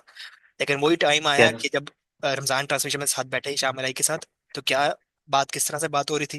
लेकिन जब यस शादी के साथ बैठे तब क्या बिहेवियर था साहिल दिन का, बदला था, चेंज था। यस बहुत सी यस चीजें हो सकती है, यस लेकिन यस, मैंने पॉइंट ये बिल्कुल है, नोट किया था, प्रॉपर नोट किया पॉइंट था ये है मैंने कि उसको। आपका बिहेवियर कांस्टेंट नहीं होता, ना रहना चाहिए। डिपेंड ऑन सिचुएशन होता है और आपके पास आर्गुमेंट्स आगे से क्या आ रहे हैं। जब आपका कोई यस। आर्गुमेंट आपको आ ही नहीं रहा, और इवन दो आर्गुमेंट आ रहा ओके। है, और इवन दो आपसे कोई समझना चाह रहा है, या कोई आपसे आपको मना समझा रहा है, कोई भी कंडीशन है, कोई भी कंडीशन है, हम्म। आपका बिहेवियर कांस्टेंट हो, तो हर कोई तंग आता ही आता है। और वो भी ये वाला कि इसमें आप गालियां देना शुरू करते हो, तो उस पर वार्निंग मैं इसलिए कह रहा हूँ, मैंने वार्निंग दी मल्टीपल, मैंने फिर भी समझाया कि यार ओके ओके। हम सब सीखना है, मुझे तो बंदे से मसला नहीं है, चाहे मिसोजिनिस्ट हो आप, एंड्रोइड को फॉलो करते हो नहीं करते हो, ठीक है, कोई बात नहीं, आप करो। हम्म। एक मेरा दोस्त है, आईएमएस में नहीं था, उसको ऐड करवाया, तो मैंने ऐसे ऐसे डिस्कस करा था बात, तो कहता, तुम लोग ने आईएमएस में मिसोजिनिस्ट को कैसे आने दे दिया, एंड्रोइड वालों को। मैंने कहा भाई हमें कोई मसला नहीं है, हम इस टाइप के लोग नहीं है कि भाई किसी का कोई फॉलो ओके। माइंडसेट पे चला तो उसको हम आने नहीं देंगे। हमें हमें बंदे से मसला नहीं है, हाँ साइकोलॉजी से मसला हो सकता है, लेकिन वो भी जब वो इस तरह से काम करेगा तो इख्तलाफ है। लेकिन जब वो हम्म। पॉलिसी को ब्रीच करेगा तो यस, उस पर कॉम्प्रोमाइज नहीं करना।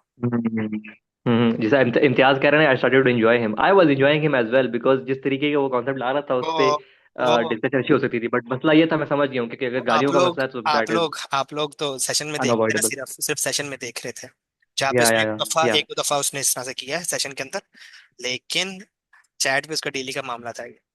बहरहाल अभी तो वो यहाँ ओके। मौजूद नहीं है, तो क्या करें, आपने सवाल भी ऐसा पूछ लिए और आप नहीं, हैं मैं ऑब्वियसली ये रिकॉर्डेड है ना, तो मैं इसलिए भेजूंगा उनको ना, ये तो मैं भेजूंगा, ये मैं प्रॉपर भेजूंगा उनको, ये वाली वीडियो मुझे रिकॉर्डिंग उनका है ना, मैसेज आया रिकॉर्डेड था, है ना, ये मैंने तो उनको अपलोड हो रिप्लाई जाएगी नहीं फिर। किया, मैंने उनको रिप्लाई नहीं किया। उसकी ओके। रीजन आपको समझ आएगी होगी अब। या आई अंडरस्टैंड द कि पॉइंट, आई अंडरस्टैंड आप द अगर पॉइंट। अगर या इस स्टेट में अभी भी नहीं है कि आप रियलाइज कर लें या कोशिश करते हैं कि माइट बी गलती हो सकती है, माइट भी हम कुछ इस तरह से कर लेते हैं, तो स्टिल फिर मैं उस पर क्यों रिप्लाई दूं। तो इसलिए इसको जरा रोकते हैं बात को यहाँ पे। जिस बात का या मुझे या लगता है या वहां पे इट्स आगे क्लियर, ज्यादा वो इट्स क्लियर, इट्स समझना क्लियर। है कि वो बंदा मौजूद नहीं है यहाँ पे। लेकिन पॉइंट मैंने ये कहा ना कि आपकी उससे खुद डायरेक्ट बात हो रही है, इस वजह से मुझे फिर बात को बताना पड़ा आपको। अगर आप कांटेक्ट में ना या इट्स होते ना, तो क्लियर, मैं इट्स डिटेल क्लियर। में जाता। और या एंड ऑनेस्टली मैं उनको ये भेजूंगा भी इसलिए ताकि क्लैरिटी मिल जाए, क्योंकि मैंने हालांकि उन्होंने मुझे कुछ नहीं कहा ना कुछ है, मैंने सिर्फ पर्सनली पूछा, क्योंकि जिस तरीके से मेरे पास वो कंटेंट आया था, कंटेंट के पीछे जो है ना जस्टिफिकेशन भी थी और साथ में जो है ना प्रूफ भी थे। तो अगर उसकी वजह से रिमूव हुआ तो फिर काम खराब था। बट अगर आपने जैसा मुझे बताया सारी डिटेल बैक स्टोरी बता दी, that's it, I have no issue बस with in it, thank short you so policy much. Breach हुई थी बस, और उस पर वार्निंग मल्टीपल या टाइम्स, दैट्स इट। तो चले। परफेक्ट, जज़ाकल्लाह। हाँ, बाकी जो आप अपना कह रहे थे ना, आप उस पर वर्किंग करो, मुझे मैसेज करो उसके ऊपर, ठीक है। तो ओके। हम दो तीन लोगों के हैंड रेस थे, आई डोंट नो वो भी मीटिंग में है या नहीं है। आई गेस सदफ का हैंड रेस था और भी किसी का था, तो अगर आप लोगों ने कुछ डिस्कस करना है। और हुजैफा फिर स्टिल मीटिंग में नहीं है हमारे साथ, उनका कोई मसला चल रहा है नेट का, तो देख लें, नहीं तो हम लोग एंड की तरफ करते हैं, इसको एंड करते हैं। और परसों इंशाल्लाह हमारे इम्तियाज भाई का सीरा सेशन है पार्ट 3, तो वो अटेंड करेंगे हम लोग। किसका? अच्छा अजान। अच्छा, सीरा सेशन है, फिर ठीक है। मैंने कहा इस लेवल के सेशन के बाद तो कोई सेशन जो है उसके लिए एक हफ्ते की ब्रेक चाहिए ताकि लोगों को भूल जाए एक दफा। अब आपने भी पार्ट 3 में गज़वा खैबर को उसी तरह प्रेजेंट करना जिस तरह से आज हुआ है। ये खून ठंडा नहीं होना चाहिए, समझ रहे हैं। ये तो खून हो गया, ठंडा क्या होगा, खून ठंडा हो गया। चले। अच्छा अजान भैया, आपसे क्वेश्चन है, प्रेजेंटर से नहीं, कि जी जी। ऐसे मतलब क्या कहते हैं आप, जज्बात को एस्केलेट करना विदाउट एनी एक्शन प्लान, क्या ये भी मतलब नमनेस नहीं क्रिएट करता? जज्बात एक्शन को। प्लान से क्या मुराद है? फॉर एग्जांपल अभी हम सब ने ये सेशन सुन लिया, हमें अच्छा लगा या बुरा लगा, जैसे भी लगा, तो ठीक है, रात को फिर खाना खाएंगे, फिर सो जाएंगे, या मतलब नॉर्मल लाइफ में दोबारा चले जाएंगे ना। तो इसी तरह अगर भी नमनेस सोशल मीडिया पे भी क्रिएट हुई है ऑलरेडी, कि अब हम अगर देखते भी हैं तो अब हमें वो, पर्सनली मैं अपना बता रहा हूँ, जो फर्स्ट टाइम जो होता था ना देख के उनको जो दुख होता था, अब वो देख के नहीं होता, क्योंकि वो सोशल मीडिया पे उसको नॉर्मल ही इतना कर दिया गया। तो ये सेशन भी तो मेरे ख्याल से उसमें एडिशन ही कर रहा है। नानी, मैं एक चीज ऐड कर दूं बीच में? हाँ करें आप ऐड। या राहिल भाई, आप इस तरीके से समझ लें कि एटॉमिक बॉम्ब जो होता है ना, ठीक है, वो छोटे छोटे एटम से बना होता है, ठीक है। मे बी मैं ब्रो साइंस दे रहा हूँ, I do not know how it works, but समझ लें, एटॉमिक बॉम्ब छोटे छोटे एटम से बना होता है, ठीक है। तो आप समझ लें कि जब हर एक एटम जो है ना वो काम करना शुरू होगा, वो एक्टिव होगा, तो तब जाके एक एटॉमिक बम जो है ना वर्क करेगा, ठीक है। तो ये आप समझ लें कि वो वाली ही तैयारी हो रही है। सेकंड, हमारा जो मिशन है ना वो क्लियर है, कि पहले क्लैरिटी हासिल करनी है, इल्म में पावर वो बेहतर होना है, and second stage is to get in power. अब पावर से हिसाब ये है कि हम पाकिस्तानी पॉलिटिक्स में भी जा सकते हैं, हम जा सकते नहीं बल्कि जाना है।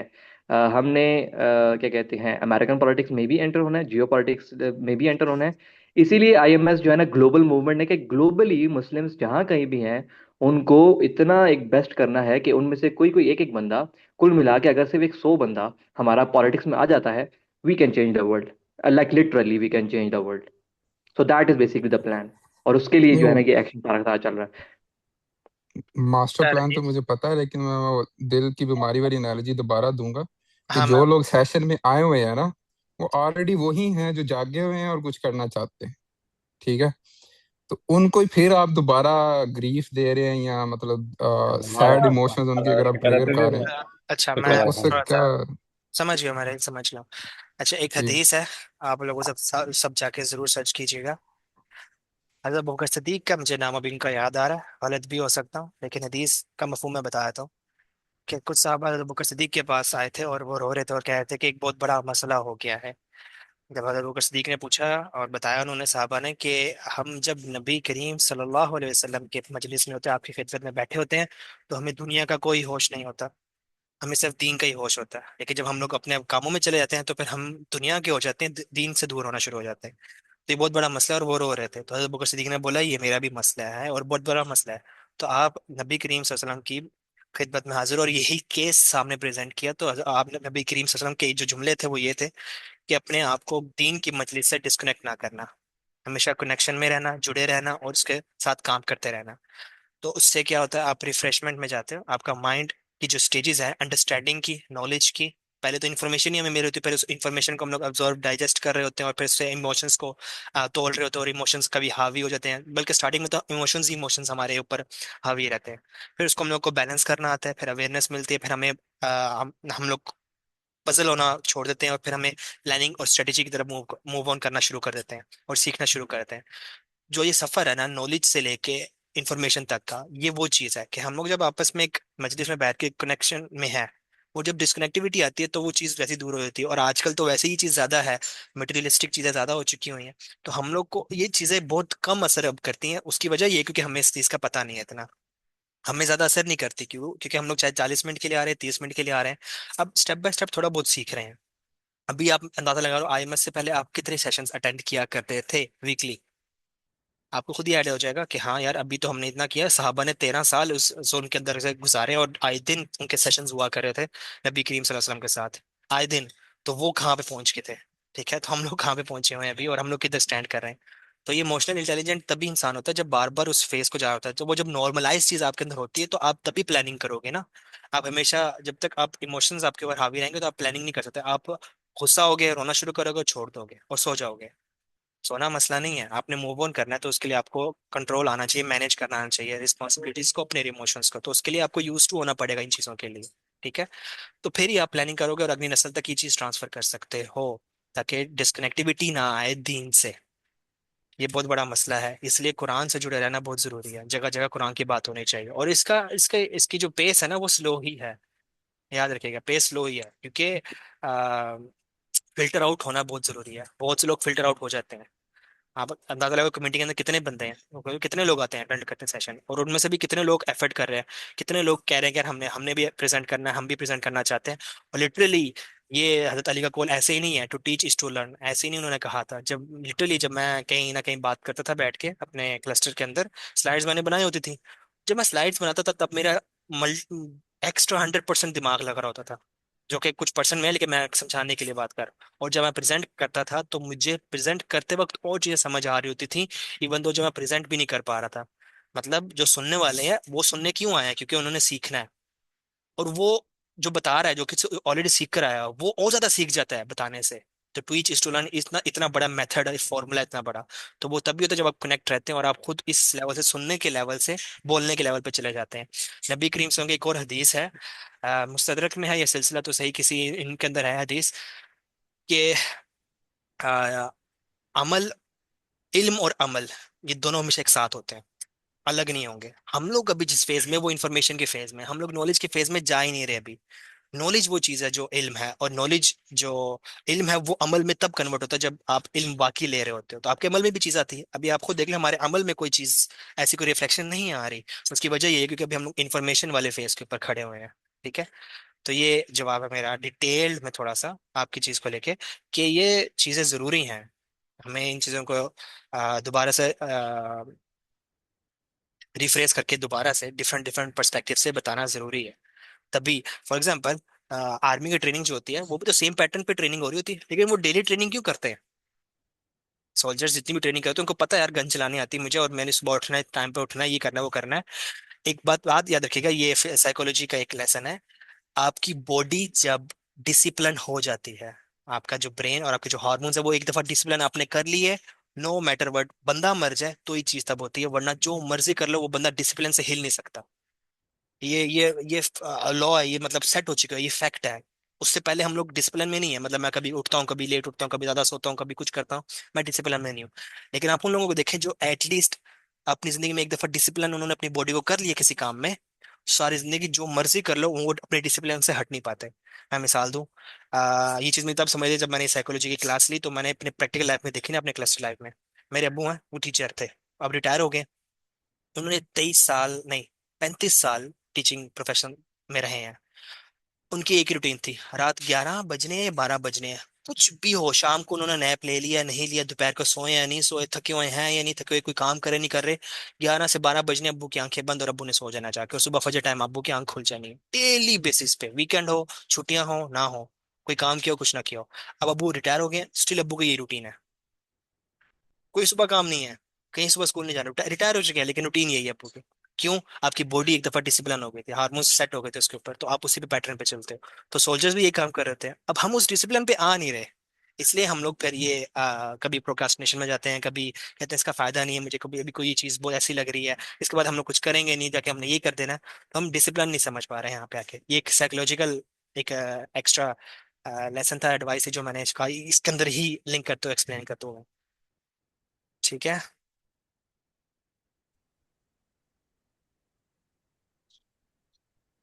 जी वो तो सारी बातें आपकी मुझे समझ आ गई हैं, वो तो मैं पहले भी समझ चुका था। मेरा सिर्फ ये कहने का मतलब था कि फलस्तीन वाले इमोशंस हमारे जगाना और उनको फिर बस छोड़ देना उधर ही। बाकी सारी इंफॉर्मेशन वगैरह तो ठीक है ना, चाह रही है सीधा सेशन या कुरान सेशन।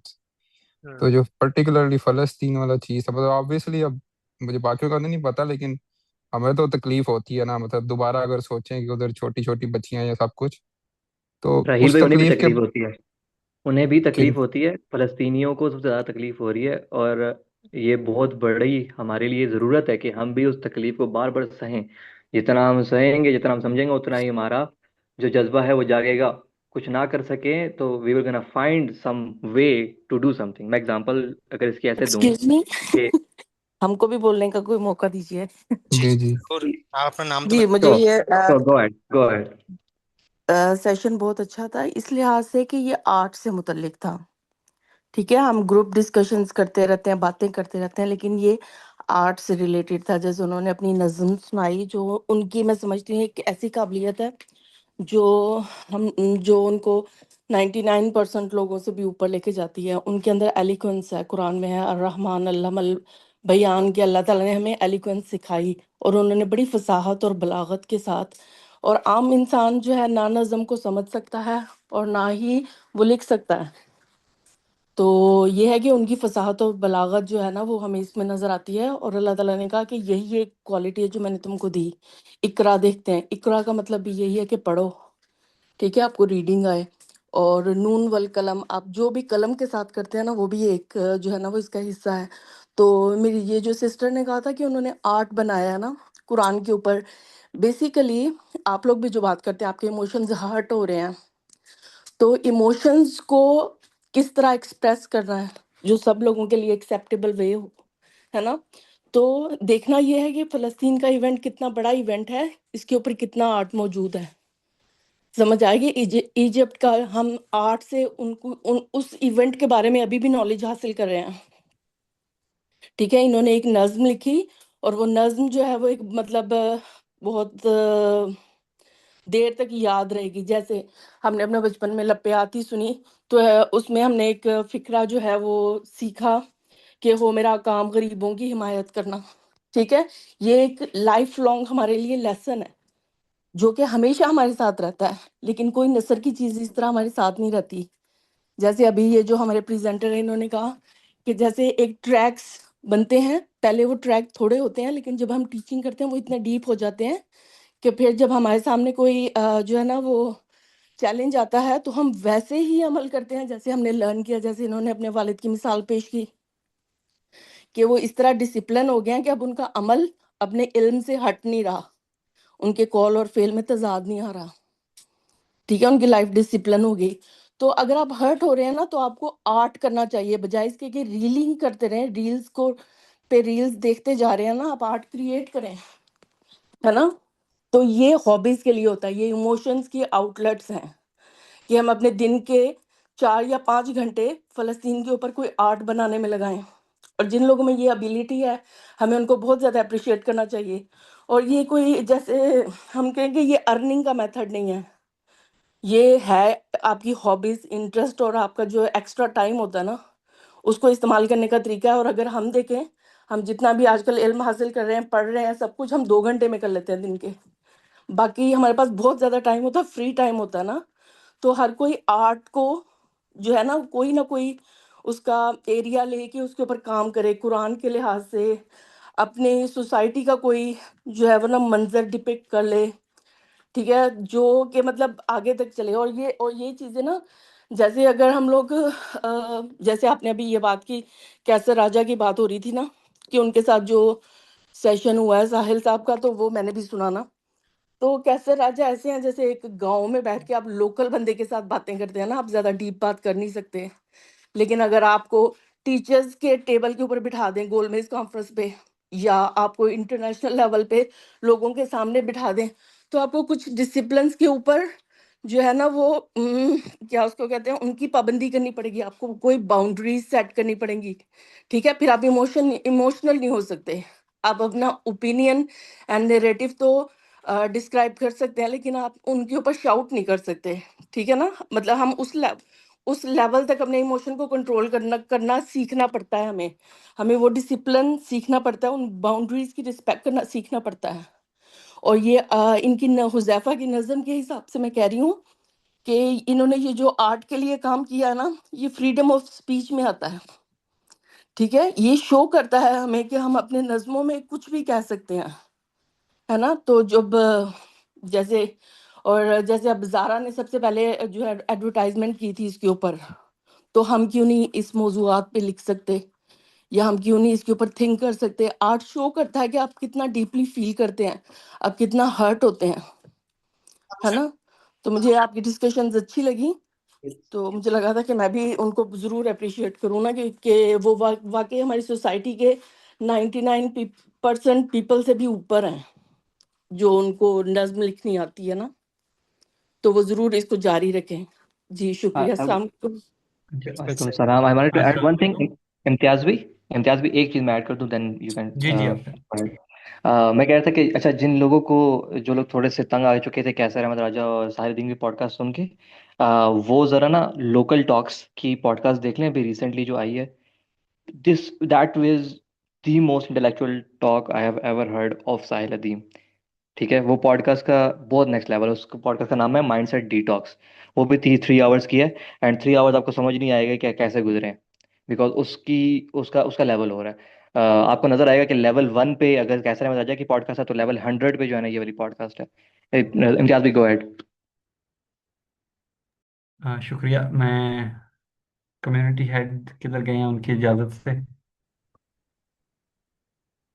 अगर हैं यहाँ पे।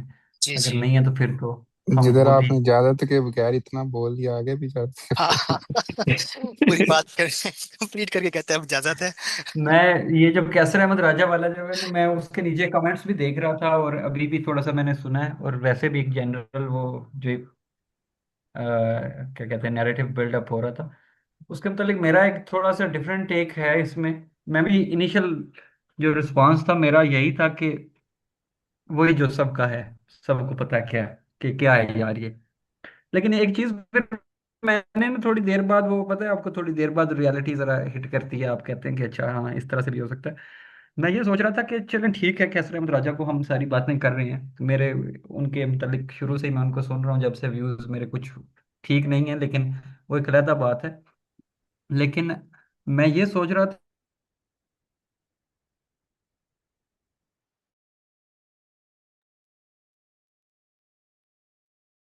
हेलो, क्या हुआ? आपकी आपकी सोच बंद हो गई?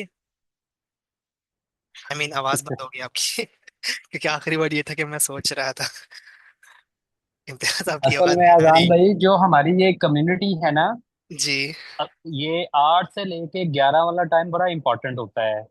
ये हम अपना दोस्तों में गुजारते हैं, लेकिन हमारी खुश नसीबी ये है कि ये हम लर्निंग पॉइंट ऑफ व्यू से और कुछ ना कुछ सीखने के लिए, किसी ना किसी मकसद के लिए इकट्ठे हुए हुए हैं।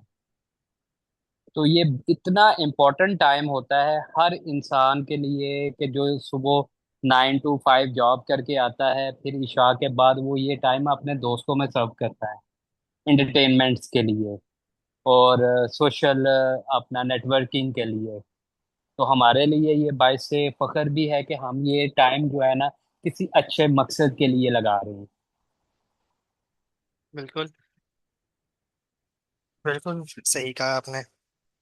और जो कैसर राजा वाला जो है वो मैंने भी सुनी है, लेकिन असल में ना वो बंदा जो था, मैंने जो उसको ऑब्जर्व किया है, वो कहीं पे जाके ना कुछ दोबारा उसी पॉइंट पे आ जाता है कि आगे जाके ना फिर दोबारा रिवर्स आ जाता है। उससे पता भी चल जाता है। हालांकि साहिल साहब ने कहा है कि आप मेरी वीडियो लाजमी देखना, मैं इस सवाल का जवाब दे चुका हूँ। मैं डिस्कनेक्ट हो गया था, कंटिन्यू कर सकता हूँ? जी जी बिल्कुल जी कर करें। सकते हैं। आप अपनी सोच हाँ बता रहे थे। जी, मैं उसमें यही मेरी सोच थी कि हम सारे वो क्रिटिसाइज तो कर ही रहे हैं, और हम हैं ही quick to criticise as a nation भी। लेकिन एक बंदे को उसको क्रिटिसाइज कर रहे हैं जिसने कुछ ना कुछ काम किया होगा, और कुछ ना कुछ उसने अपना एक प्लेटफॉर्म बिल्ड किया है अपने लिए, एक उसने नाम ये बना लिया कि हम सारे जाके भाग के जाते हैं कि पॉडकास्ट आई है साहिल अदीम की कैसर अहमद राजा के साथ, तो देखें। तो हम क्रिटिसाइज तो कर कर लेते हैं, लेकिन हम उस क्रिटिसिज्म के बाद खुद क्या कर रहे हैं, कि हम खुद भी कुछ उस लेवल पे जाने की कोशिश कर रहे हैं कि एटलीस्ट अगर एक बंदा रॉन्ग नैरेटिव बिल्ड कर रहा है हमारे मुताबिक, हो सकता है किसी और को वो रॉन्ग ना लग रहा हो, ज़ाहिर है उनके अपने भी कोई चाहने वाले तो होंगे ना, उनको वो रॉन्ग नहीं लगेगा, लेकिन हमारे मुताबिक अगर वो रॉन्ग नैरेटिव बिल्डअप कर रहा है, तो हम उस रॉन्ग नैरेटिव को काउंटर करने के लिए खुद क्या कर रहे हैं, नीचे कमेंट्स कर रहे हैं, वो तो सारे पढ़ के आगे चले जाते हैं। हम अपना वो उस लेवल पे कब जाएंगे कि आईएमएस को सारी जिंदगी साहिल अदीम ने ही रिप्रेजेंट तो नहीं करते रहना ना। तो इसको साल थोड़ा अदीम सा साहब का मैं इस भाई। एंगल से उसको सोचने की कोशिश कर रहा था कि ठीक है, एक बंदा कर रहा है गलत, ठीक है करेगा, सारे सारे ठीक नहीं होंगे, सारे उसी माइंडसेट के साथ नहीं आएंगे जिस माइंडसेट के साथ हम आईएमएस में चीज़ों को लेके जाना चाह रहे हैं। लेकिन हम जिस तरह से अगर समझते हैं कि ठीक लेके जाना चाह रहे हैं, तो फिर उसके लिए हमें कुछ ना कुछ तो मैदान अमल में भी आकर करना होगा ना, उस नैरेटिव को आगे भी पहुंचाना होगा। तो अगर इस तरह की पॉडकास्ट हो रही है तो हमारा कोई बंदा अभी तक उठ के तो सामने नहीं आया, वो समेत मेरे, के जो साहिल अदीम को बुला के वो वाले क्वेश्चंस करें जो कि हम वाकई चाहते हैं कि उस तरह के क्वेश्चंस होने चाहिए, और वो वाली डिस्कशंस करें जिससे पॉलिसी मेकिंग की जा सके, जिससे इम्पैक्टफुल वो इम्पैक्ट क्रिएट हो सोसाइटी में। तो अगर हम सिर्फ तनकीद ही करते रहेंगे तो फिर मसाइल खत्म नहीं होंगे। रिसेंटली जो पॉलिसीज भी मेकिंग के पॉडकास्ट हुआ लिए ना, के ऊपर ऑलरेडी अपना क्लासेस स्टार्ट हो चुकी हुई हैं इस्लामिक पॉलिटिकल सिस्टम के ऊपर। तो आप सोर्स कोड एकेडमी को विजिट करेंगे तो आपको पता चल जाएगा। दूसरी बात यह है कि ज़रूरी नहीं कि साहिल साहब जो बात करते हैं वही दुरुस्त है। हमने देखना है कि जो हक बात है, चाहे वो कैसर राजा है चाहे वो कोई भी है, हमने उसको फर्स्ट करना है। हमने लोगों के पीछे नहीं चलना, हमने हक के पीछे चलना है। अगर जहाँ पे किसी की बात कन्फ्लिक्ट आता है थ्रू सीरा, थ्रू कुरान पाक, बेशक वो कोई भी हो, हमने उसको जो है ना वो लाजमी पिन पॉइंट करना है कि नहीं, यहाँ पे ये गलती है और यहाँ पे ऐसा होना चाहिए। हमने ये बाइसिस करके एक ही अपना तरफ झुकाव करके हमने ये नहीं देखना कि हाँ उसने ये नैरेटिव बिल्डअप किया है और हमारा चूंकि इंटरेस्ट साहिल साहब के साथ है तो हम उन्हीं को ही सही मानते जाएंगे। लेकिन बाबर भाई, ये बात मेरी बात से रिलेट नहीं हो रही, जो मैं बात कर रहा हूँ वो कुछ और है, जो आप बात हाँ कर रहे हैं हाँ, कुछ और है। प्लस साहिल दीन की बात नहीं हो रही, मैं यही कहने कैसर लगा था। अहमद राजा की बात नहीं हो रही, नैरेटिव बिल्डिंग की बात हो रही है। साहिल दीन की जगह कल को कोई और आ जाए। नैरेटिव बिल्डिंग के ऊपर ही मैं ये कह रहा हूँ कि पॉलिसी मेकिंग के ऊपर already source code academy in लोगों ने काम स्टार्ट कर दिया हुआ है। हाँ हाँ, वो तो ज़ाहिर है, हम सारे हम्म। अवेयर हैं जो भी आईएमएस में हैं। हाँ, तो नहीं इम्तियाज मैं भी ये जो आप बात कह बात रहे लेकिन कर थे आपकी रहे कि हैं। बात को मैं वी आर अपनी बात से इम्तियाज भी बात कर रहे थे, कनेक्ट वी नहीं आर कर टू पाया। क्विक टू जज। We are judging Kaiser Ahmed Raja on his mistakes and we are judging Sahil Adeem के who was right and who was wrong. But हम खुद क्या कर रहे हैं? तो मैं जज कर रहा था, तो मैं ज़रा उसका आंसर देता हूँ कि इम्तियाज भाई, मैंने इससे पहले भी बता दिया था कि आई एम नॉट सेइंग कि कैसर अहमद राजा इज़ रॉन्ग। क्योंकि eight the end of the day अगर वो बैठा ही है साहिल अदीम के साथ, that is a big thing.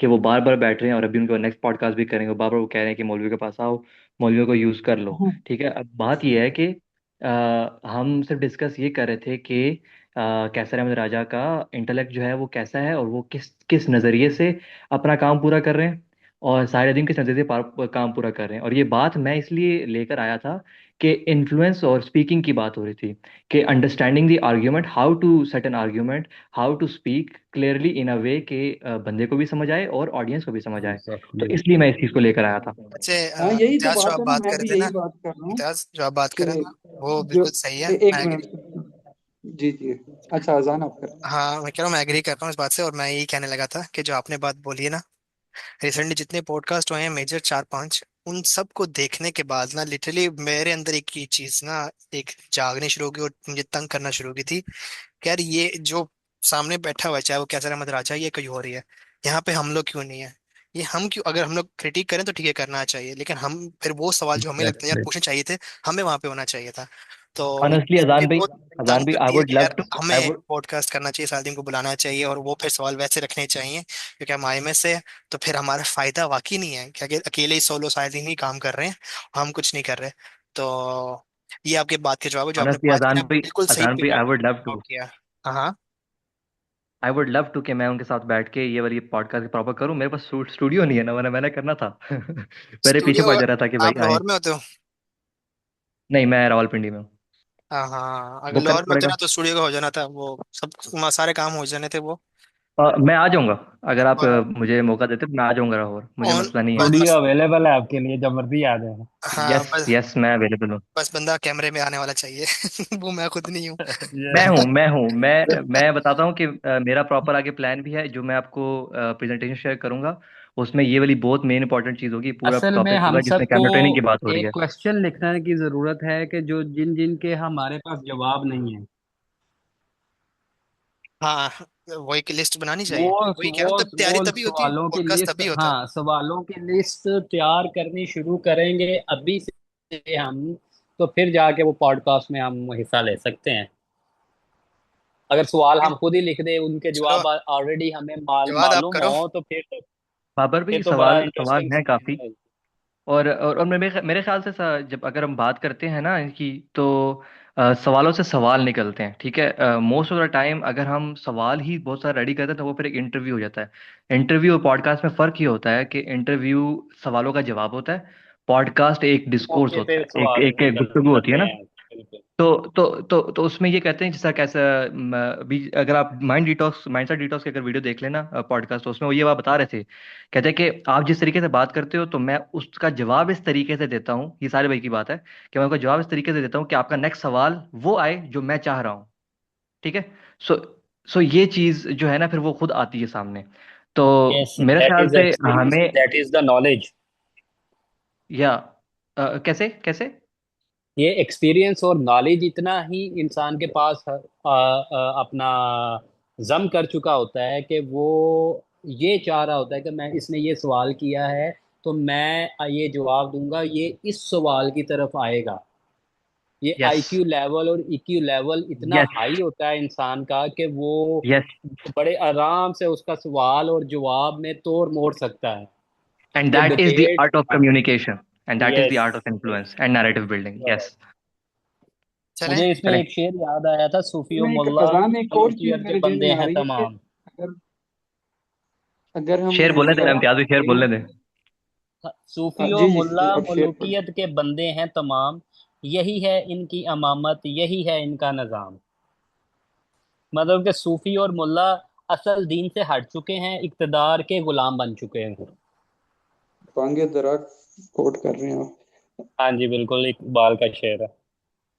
अच्छा, इसमें मेरा जो वो एक मुझे जो सूझी है अजान, वो ये है कि अगर आप स्टूडियो को इस तरह से मैनेज कर सकते हैं तो क्या हम आया कि वन ऑन वन पॉडकास्ट, मुझे एक लगता है कि चूंकि साहिल भाई का वो एक तजुर्बा और वो एक जिस लेवल पे बात करते हैं, तो मे भी अगर आप किसी एक बंदे को अरेंज करने की बजाय हम इस तरह से वो एक रख लें कि एक ग्रुप ऑफ पीपल हो जो कि उनसे क्वेश्चंस कर सकें और वो काउंटर क्वेश्चंस हो सकें, लेकिन वो बंदे वही आईएमएस से बंदे जो हैं उस तरह के निकाले जाएं जो कि ये हाँ, सारा एक सेशन इसका उस जैसे तरह सेवन सी करवाया रिपोर्ट जाए। कर रहे हैं, सेवन सी। जैसे सेवन सी आईएमएस रिपोर्ट के कर रहे हैं। लोग आपस में ही पॉडकास्ट बनानी शुरू कर दें। हाँ, 7C वाले कर रहे हैं, लेकिन एक चीज जो प्रॉब्लमेटिक है ना किसी भी और की, और जो मुझे लगता है कि मैं आईएमएस को क्यों कोड नाम ले रहा हूँ कि हम्म। आईएमएस, क्योंकि आईएमएस और साहिल अदीम ओवरऑल एक सेम विजन पे हैं।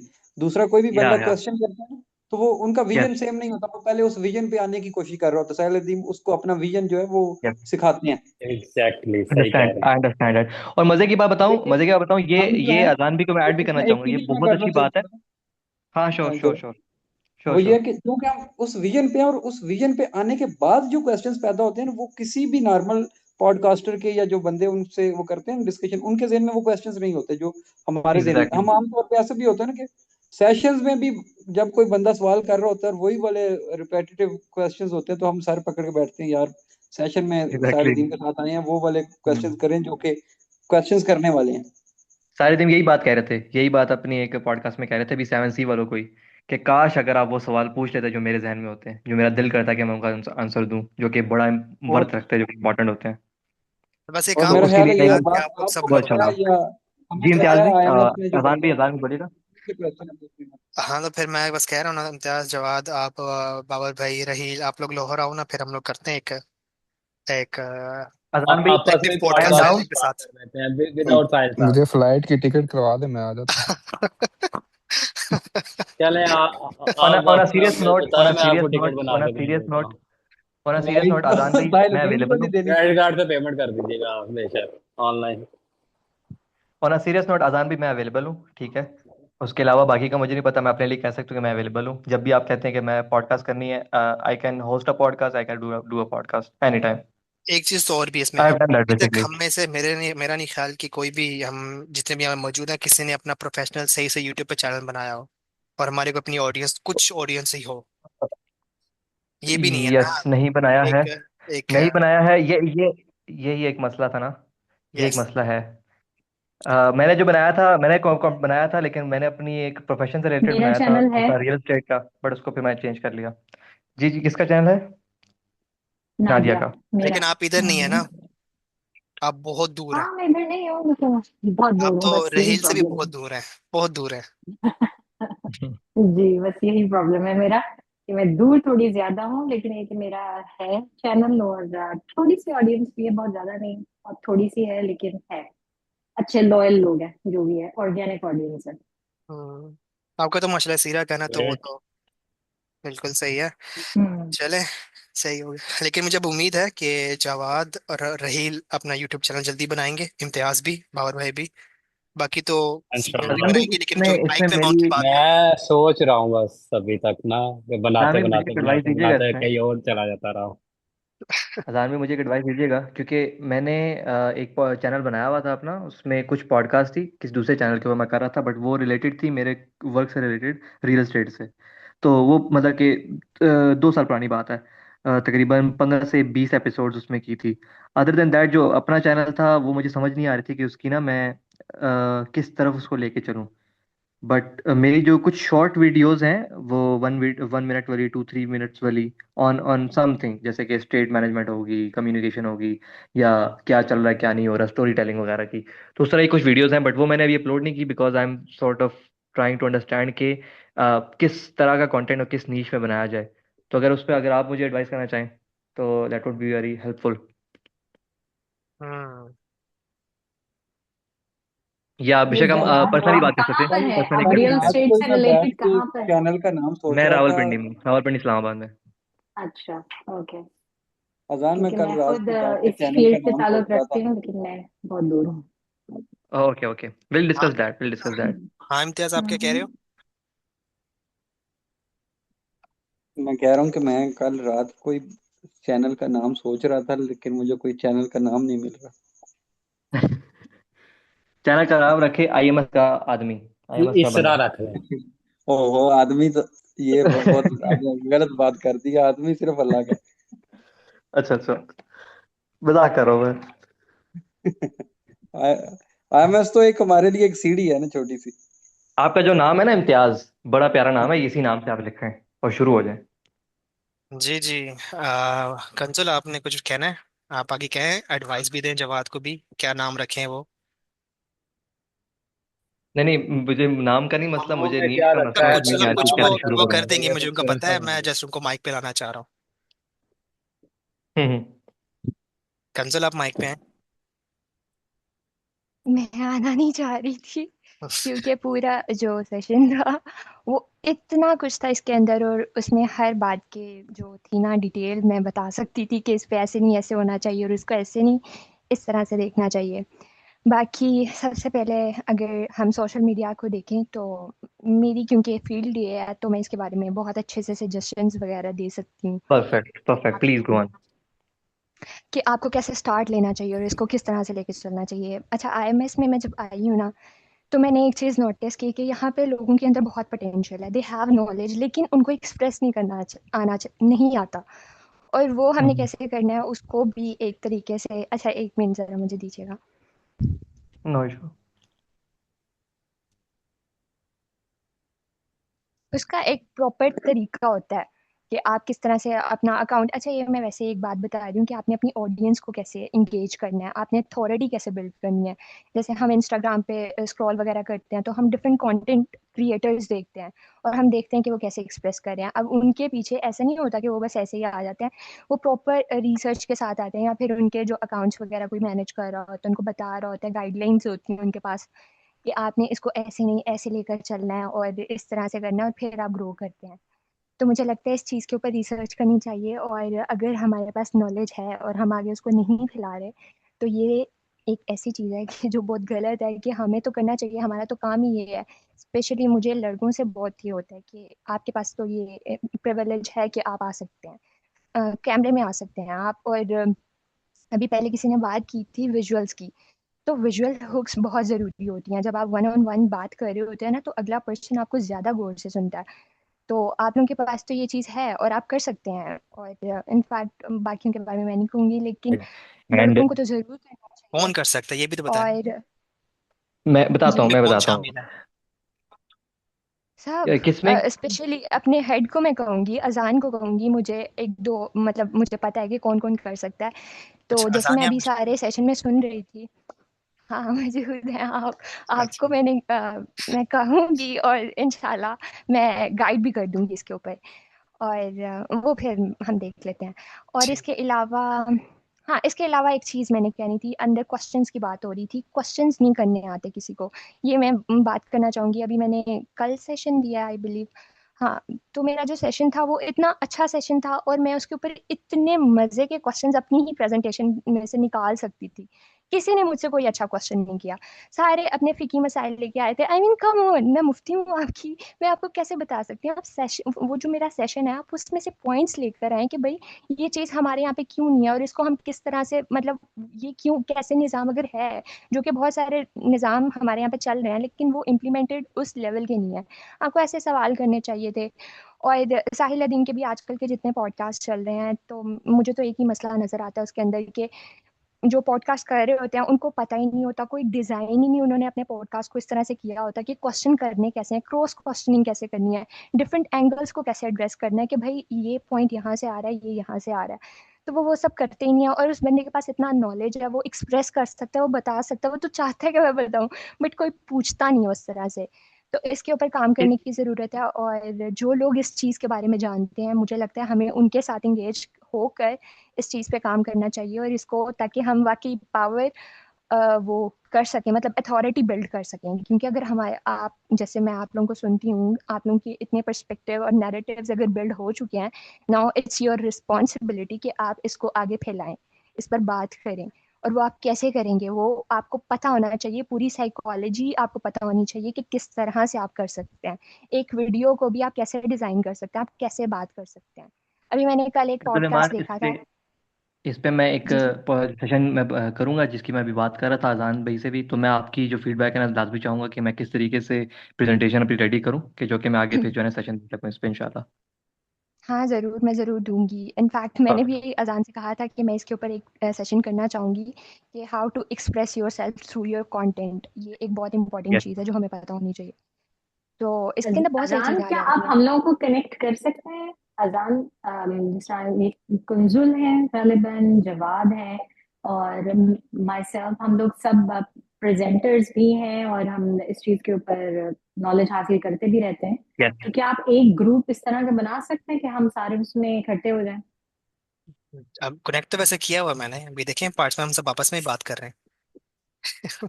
हाँ नहीं, वो अभी ये खत्म होगी मीटिंग तो ठीक है, उसके मैं बाद देखता हूँ इसके ऊपर। सब इधर जी जी, उधर मैं हो समझ जाएंगे गया ना, आपका तो सवाल। उसके बाद इस जी, वजह मैं से। पॉइंट अजान जी भी जी हम एक जी। काम कर लेंगे, हम एक काम करेंगे बेहतर रहेगा कि हम ना एक अलग से जूम मीटिंग रख लें जो कि इसी बारे में हो कि हम किस तरीके से एक प्रेजेंटेशन बना लें।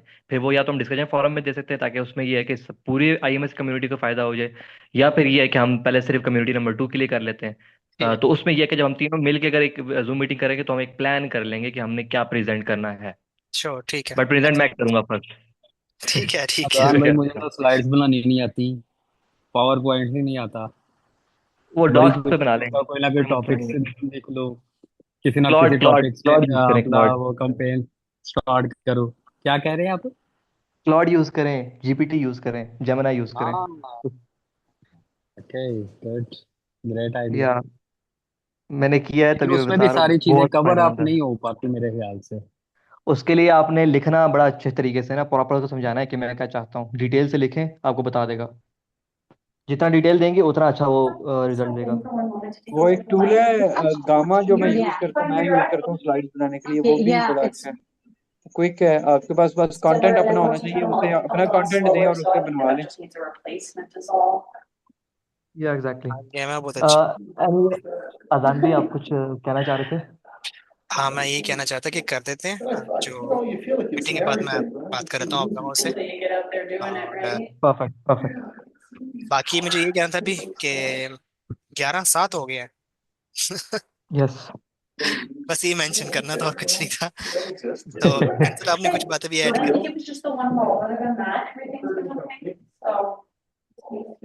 अच्छा भाई, याद करवा दिया आपने, मेरी भी एक मीटिंग थी। ठीक है, अल्लाह हाफिज, फिर मुलाकात होती है इंशाल्लाह। अरे परसों इंशाल्लाह अल्लाह होगी हाफिज। वैसे तो। आप सही होनी है, आपने हमें सिखाना है। हाँ बिल्कुल, मैं आप सब से सीखने आऊंगा इंशाल्लाह। सारे रेडी रहिएगा क्वेश्चंस लेके। आखिरी उसका पार्ट है, तो फुली प्रिपेयर होके आइएगा, छुरियां चाकू सारा कुछ लेके। सही हो गया। ठीक है, चलें। आई गेस कैंसिल में कुछ ऐड अप नहीं करना, या करना है? क्या ऐड करना मतलब, हाँ बहुत कुछ था इसके अंदर, मैंने काफ़ी हद तक कवर तो कर दिया, लेकिन अगेन अगर डिटेल में जाऊँ तो बहुत कुछ है जो ऐड करना चाहिए इसके अंदर। मैं बस हर किसी को ये कहूँगी कि अगर आपको वो चीज़ मिल चुकी है, आपके अंदर वो सेंस आ चुकी है, हर ओंगा भोंगा बंदा आके कंटेंट क्रिएट कर रहा है, तो आप लोग क्यों नहीं कर रहे? तो आप लोगों को इसके ऊपर रिसर्च करनी चाहिए, इसके अंदर आना चाहिए और इसको अच्छे से लेके चलना चाहिए, क्योंकि ये रिस्पॉन्सिबिलिटी है। और हमें वो सारे प्लेटफॉर्म यूज़ करने चाहिए जिनके थ्रू हम अपनी आवाज़ को आगे पहुंचा सकते हैं। और अगर हम अभी का वो देखें तो डिजिटल एरा, हमें पता है हम उसमें रह रहे हैं, तो सोशल मीडिया सबसे बड़ी पावर है, उसके अंदर भी इंस्टाग्राम, क्योंकि इंस्टाग्राम पे वो ऑडियंस है जिसे हमें टारगेट करना है, और वो जेन जी, जेन अल्फा और वो सारे लोग हैं जिनके ऊपर आपने इम्पैक्ट डालना है, और उनको किस तरह से इंगेज करना है, किस तरह से बात कन्वे करनी है। हम आते हैं तो हम बहुत इंटेलेक्चुअल बात करने लग जाते हैं, आपने इतना आप फिर आपके पास वही लोग आएंगे जिनके अंदर थोड़ी बहुत सेंस है। बाकी के जो बेचारे सारे हैं नीचे बैठे हुए हैं, वो तो नहीं ना ऊपर आएंगे। उनको ऊपर लेके आना है, अपने साथ ग्रो करवाना है, तो आपको उनके लेवल पे जाके उनके लेवल की बात करते करते साथ साथ लेके आना है ऊपर। तो ये एक पूरा वो पेशेंस भी चाहिए होती है, पूरा एक स्ट्रक्चर है जिसको फॉलो करके ये आप आगे इसको कर सकते हैं, और भी बहुत कुछ है इसमें। और इतने थोड़े से टाइम में क्या बताऊं। कंजुल ईमान, आप नादिया एंड मैं, हम एक मिलके एक कर लेंगे मीटिंग, जिसमें अजान भी कह रहे थे हम कनेक्ट कर लेंगे। तो उसमें हम इसके बारे में प्रॉपर बात कर लेंगे, और इंशाल्लाह एक कोई डिज़ाइन कर लेंगे, एक प्रॉपर प्रेजेंटेशन, कि जिसमें हम बेशक तीनों होस्ट कर लें उसको, या फिर यह है कि स्टेप बाय स्टेप एक सेशन मैं कर लूँ, एक सेशन आप कर लें, एक सेशन जो है कोई और कर ले, इसी बारे में, ताकि कंटेंट के लिए जो है ना एम्पावर हो सकें लोग, और बेहतर से आगे बढ़ सकें, और प्रेजेंटेशंस में जो सेशंस डेली हो रहे हैं इसका भी जो है ना रिजल्ट बेहतर होता रहे। हम्म। बाकी जज़ाकल्लाह खैर एवरीवन। ठीक है, परफेक्ट। चलें। हम्म, एक दो तीन चार, काफी लोग कम भी रह गए, अब टाइम भी ज्यादा हो गया, और माइट भी कुछ लोग सोना गए हों। तो ठीक है, अभी इसको यहाँ अभी पे तो एंड सारे करते हैं। जाग रहे हैं। ओके, फिर इंशाल्लाह मिलते हैं नई इंशाल्लाह एपिसोड के परसों, साथ। हाँ नए तब एपिसोड तक के के लिए परसों बस मुलाकात यही था। करते हैं। सही हो गया, चलें, जज़ाकल्लाह खैर। अल्लाह हाफिज। परसों मुलाकात होती है। इंशाल्लाह, फी अमानिल्लाह।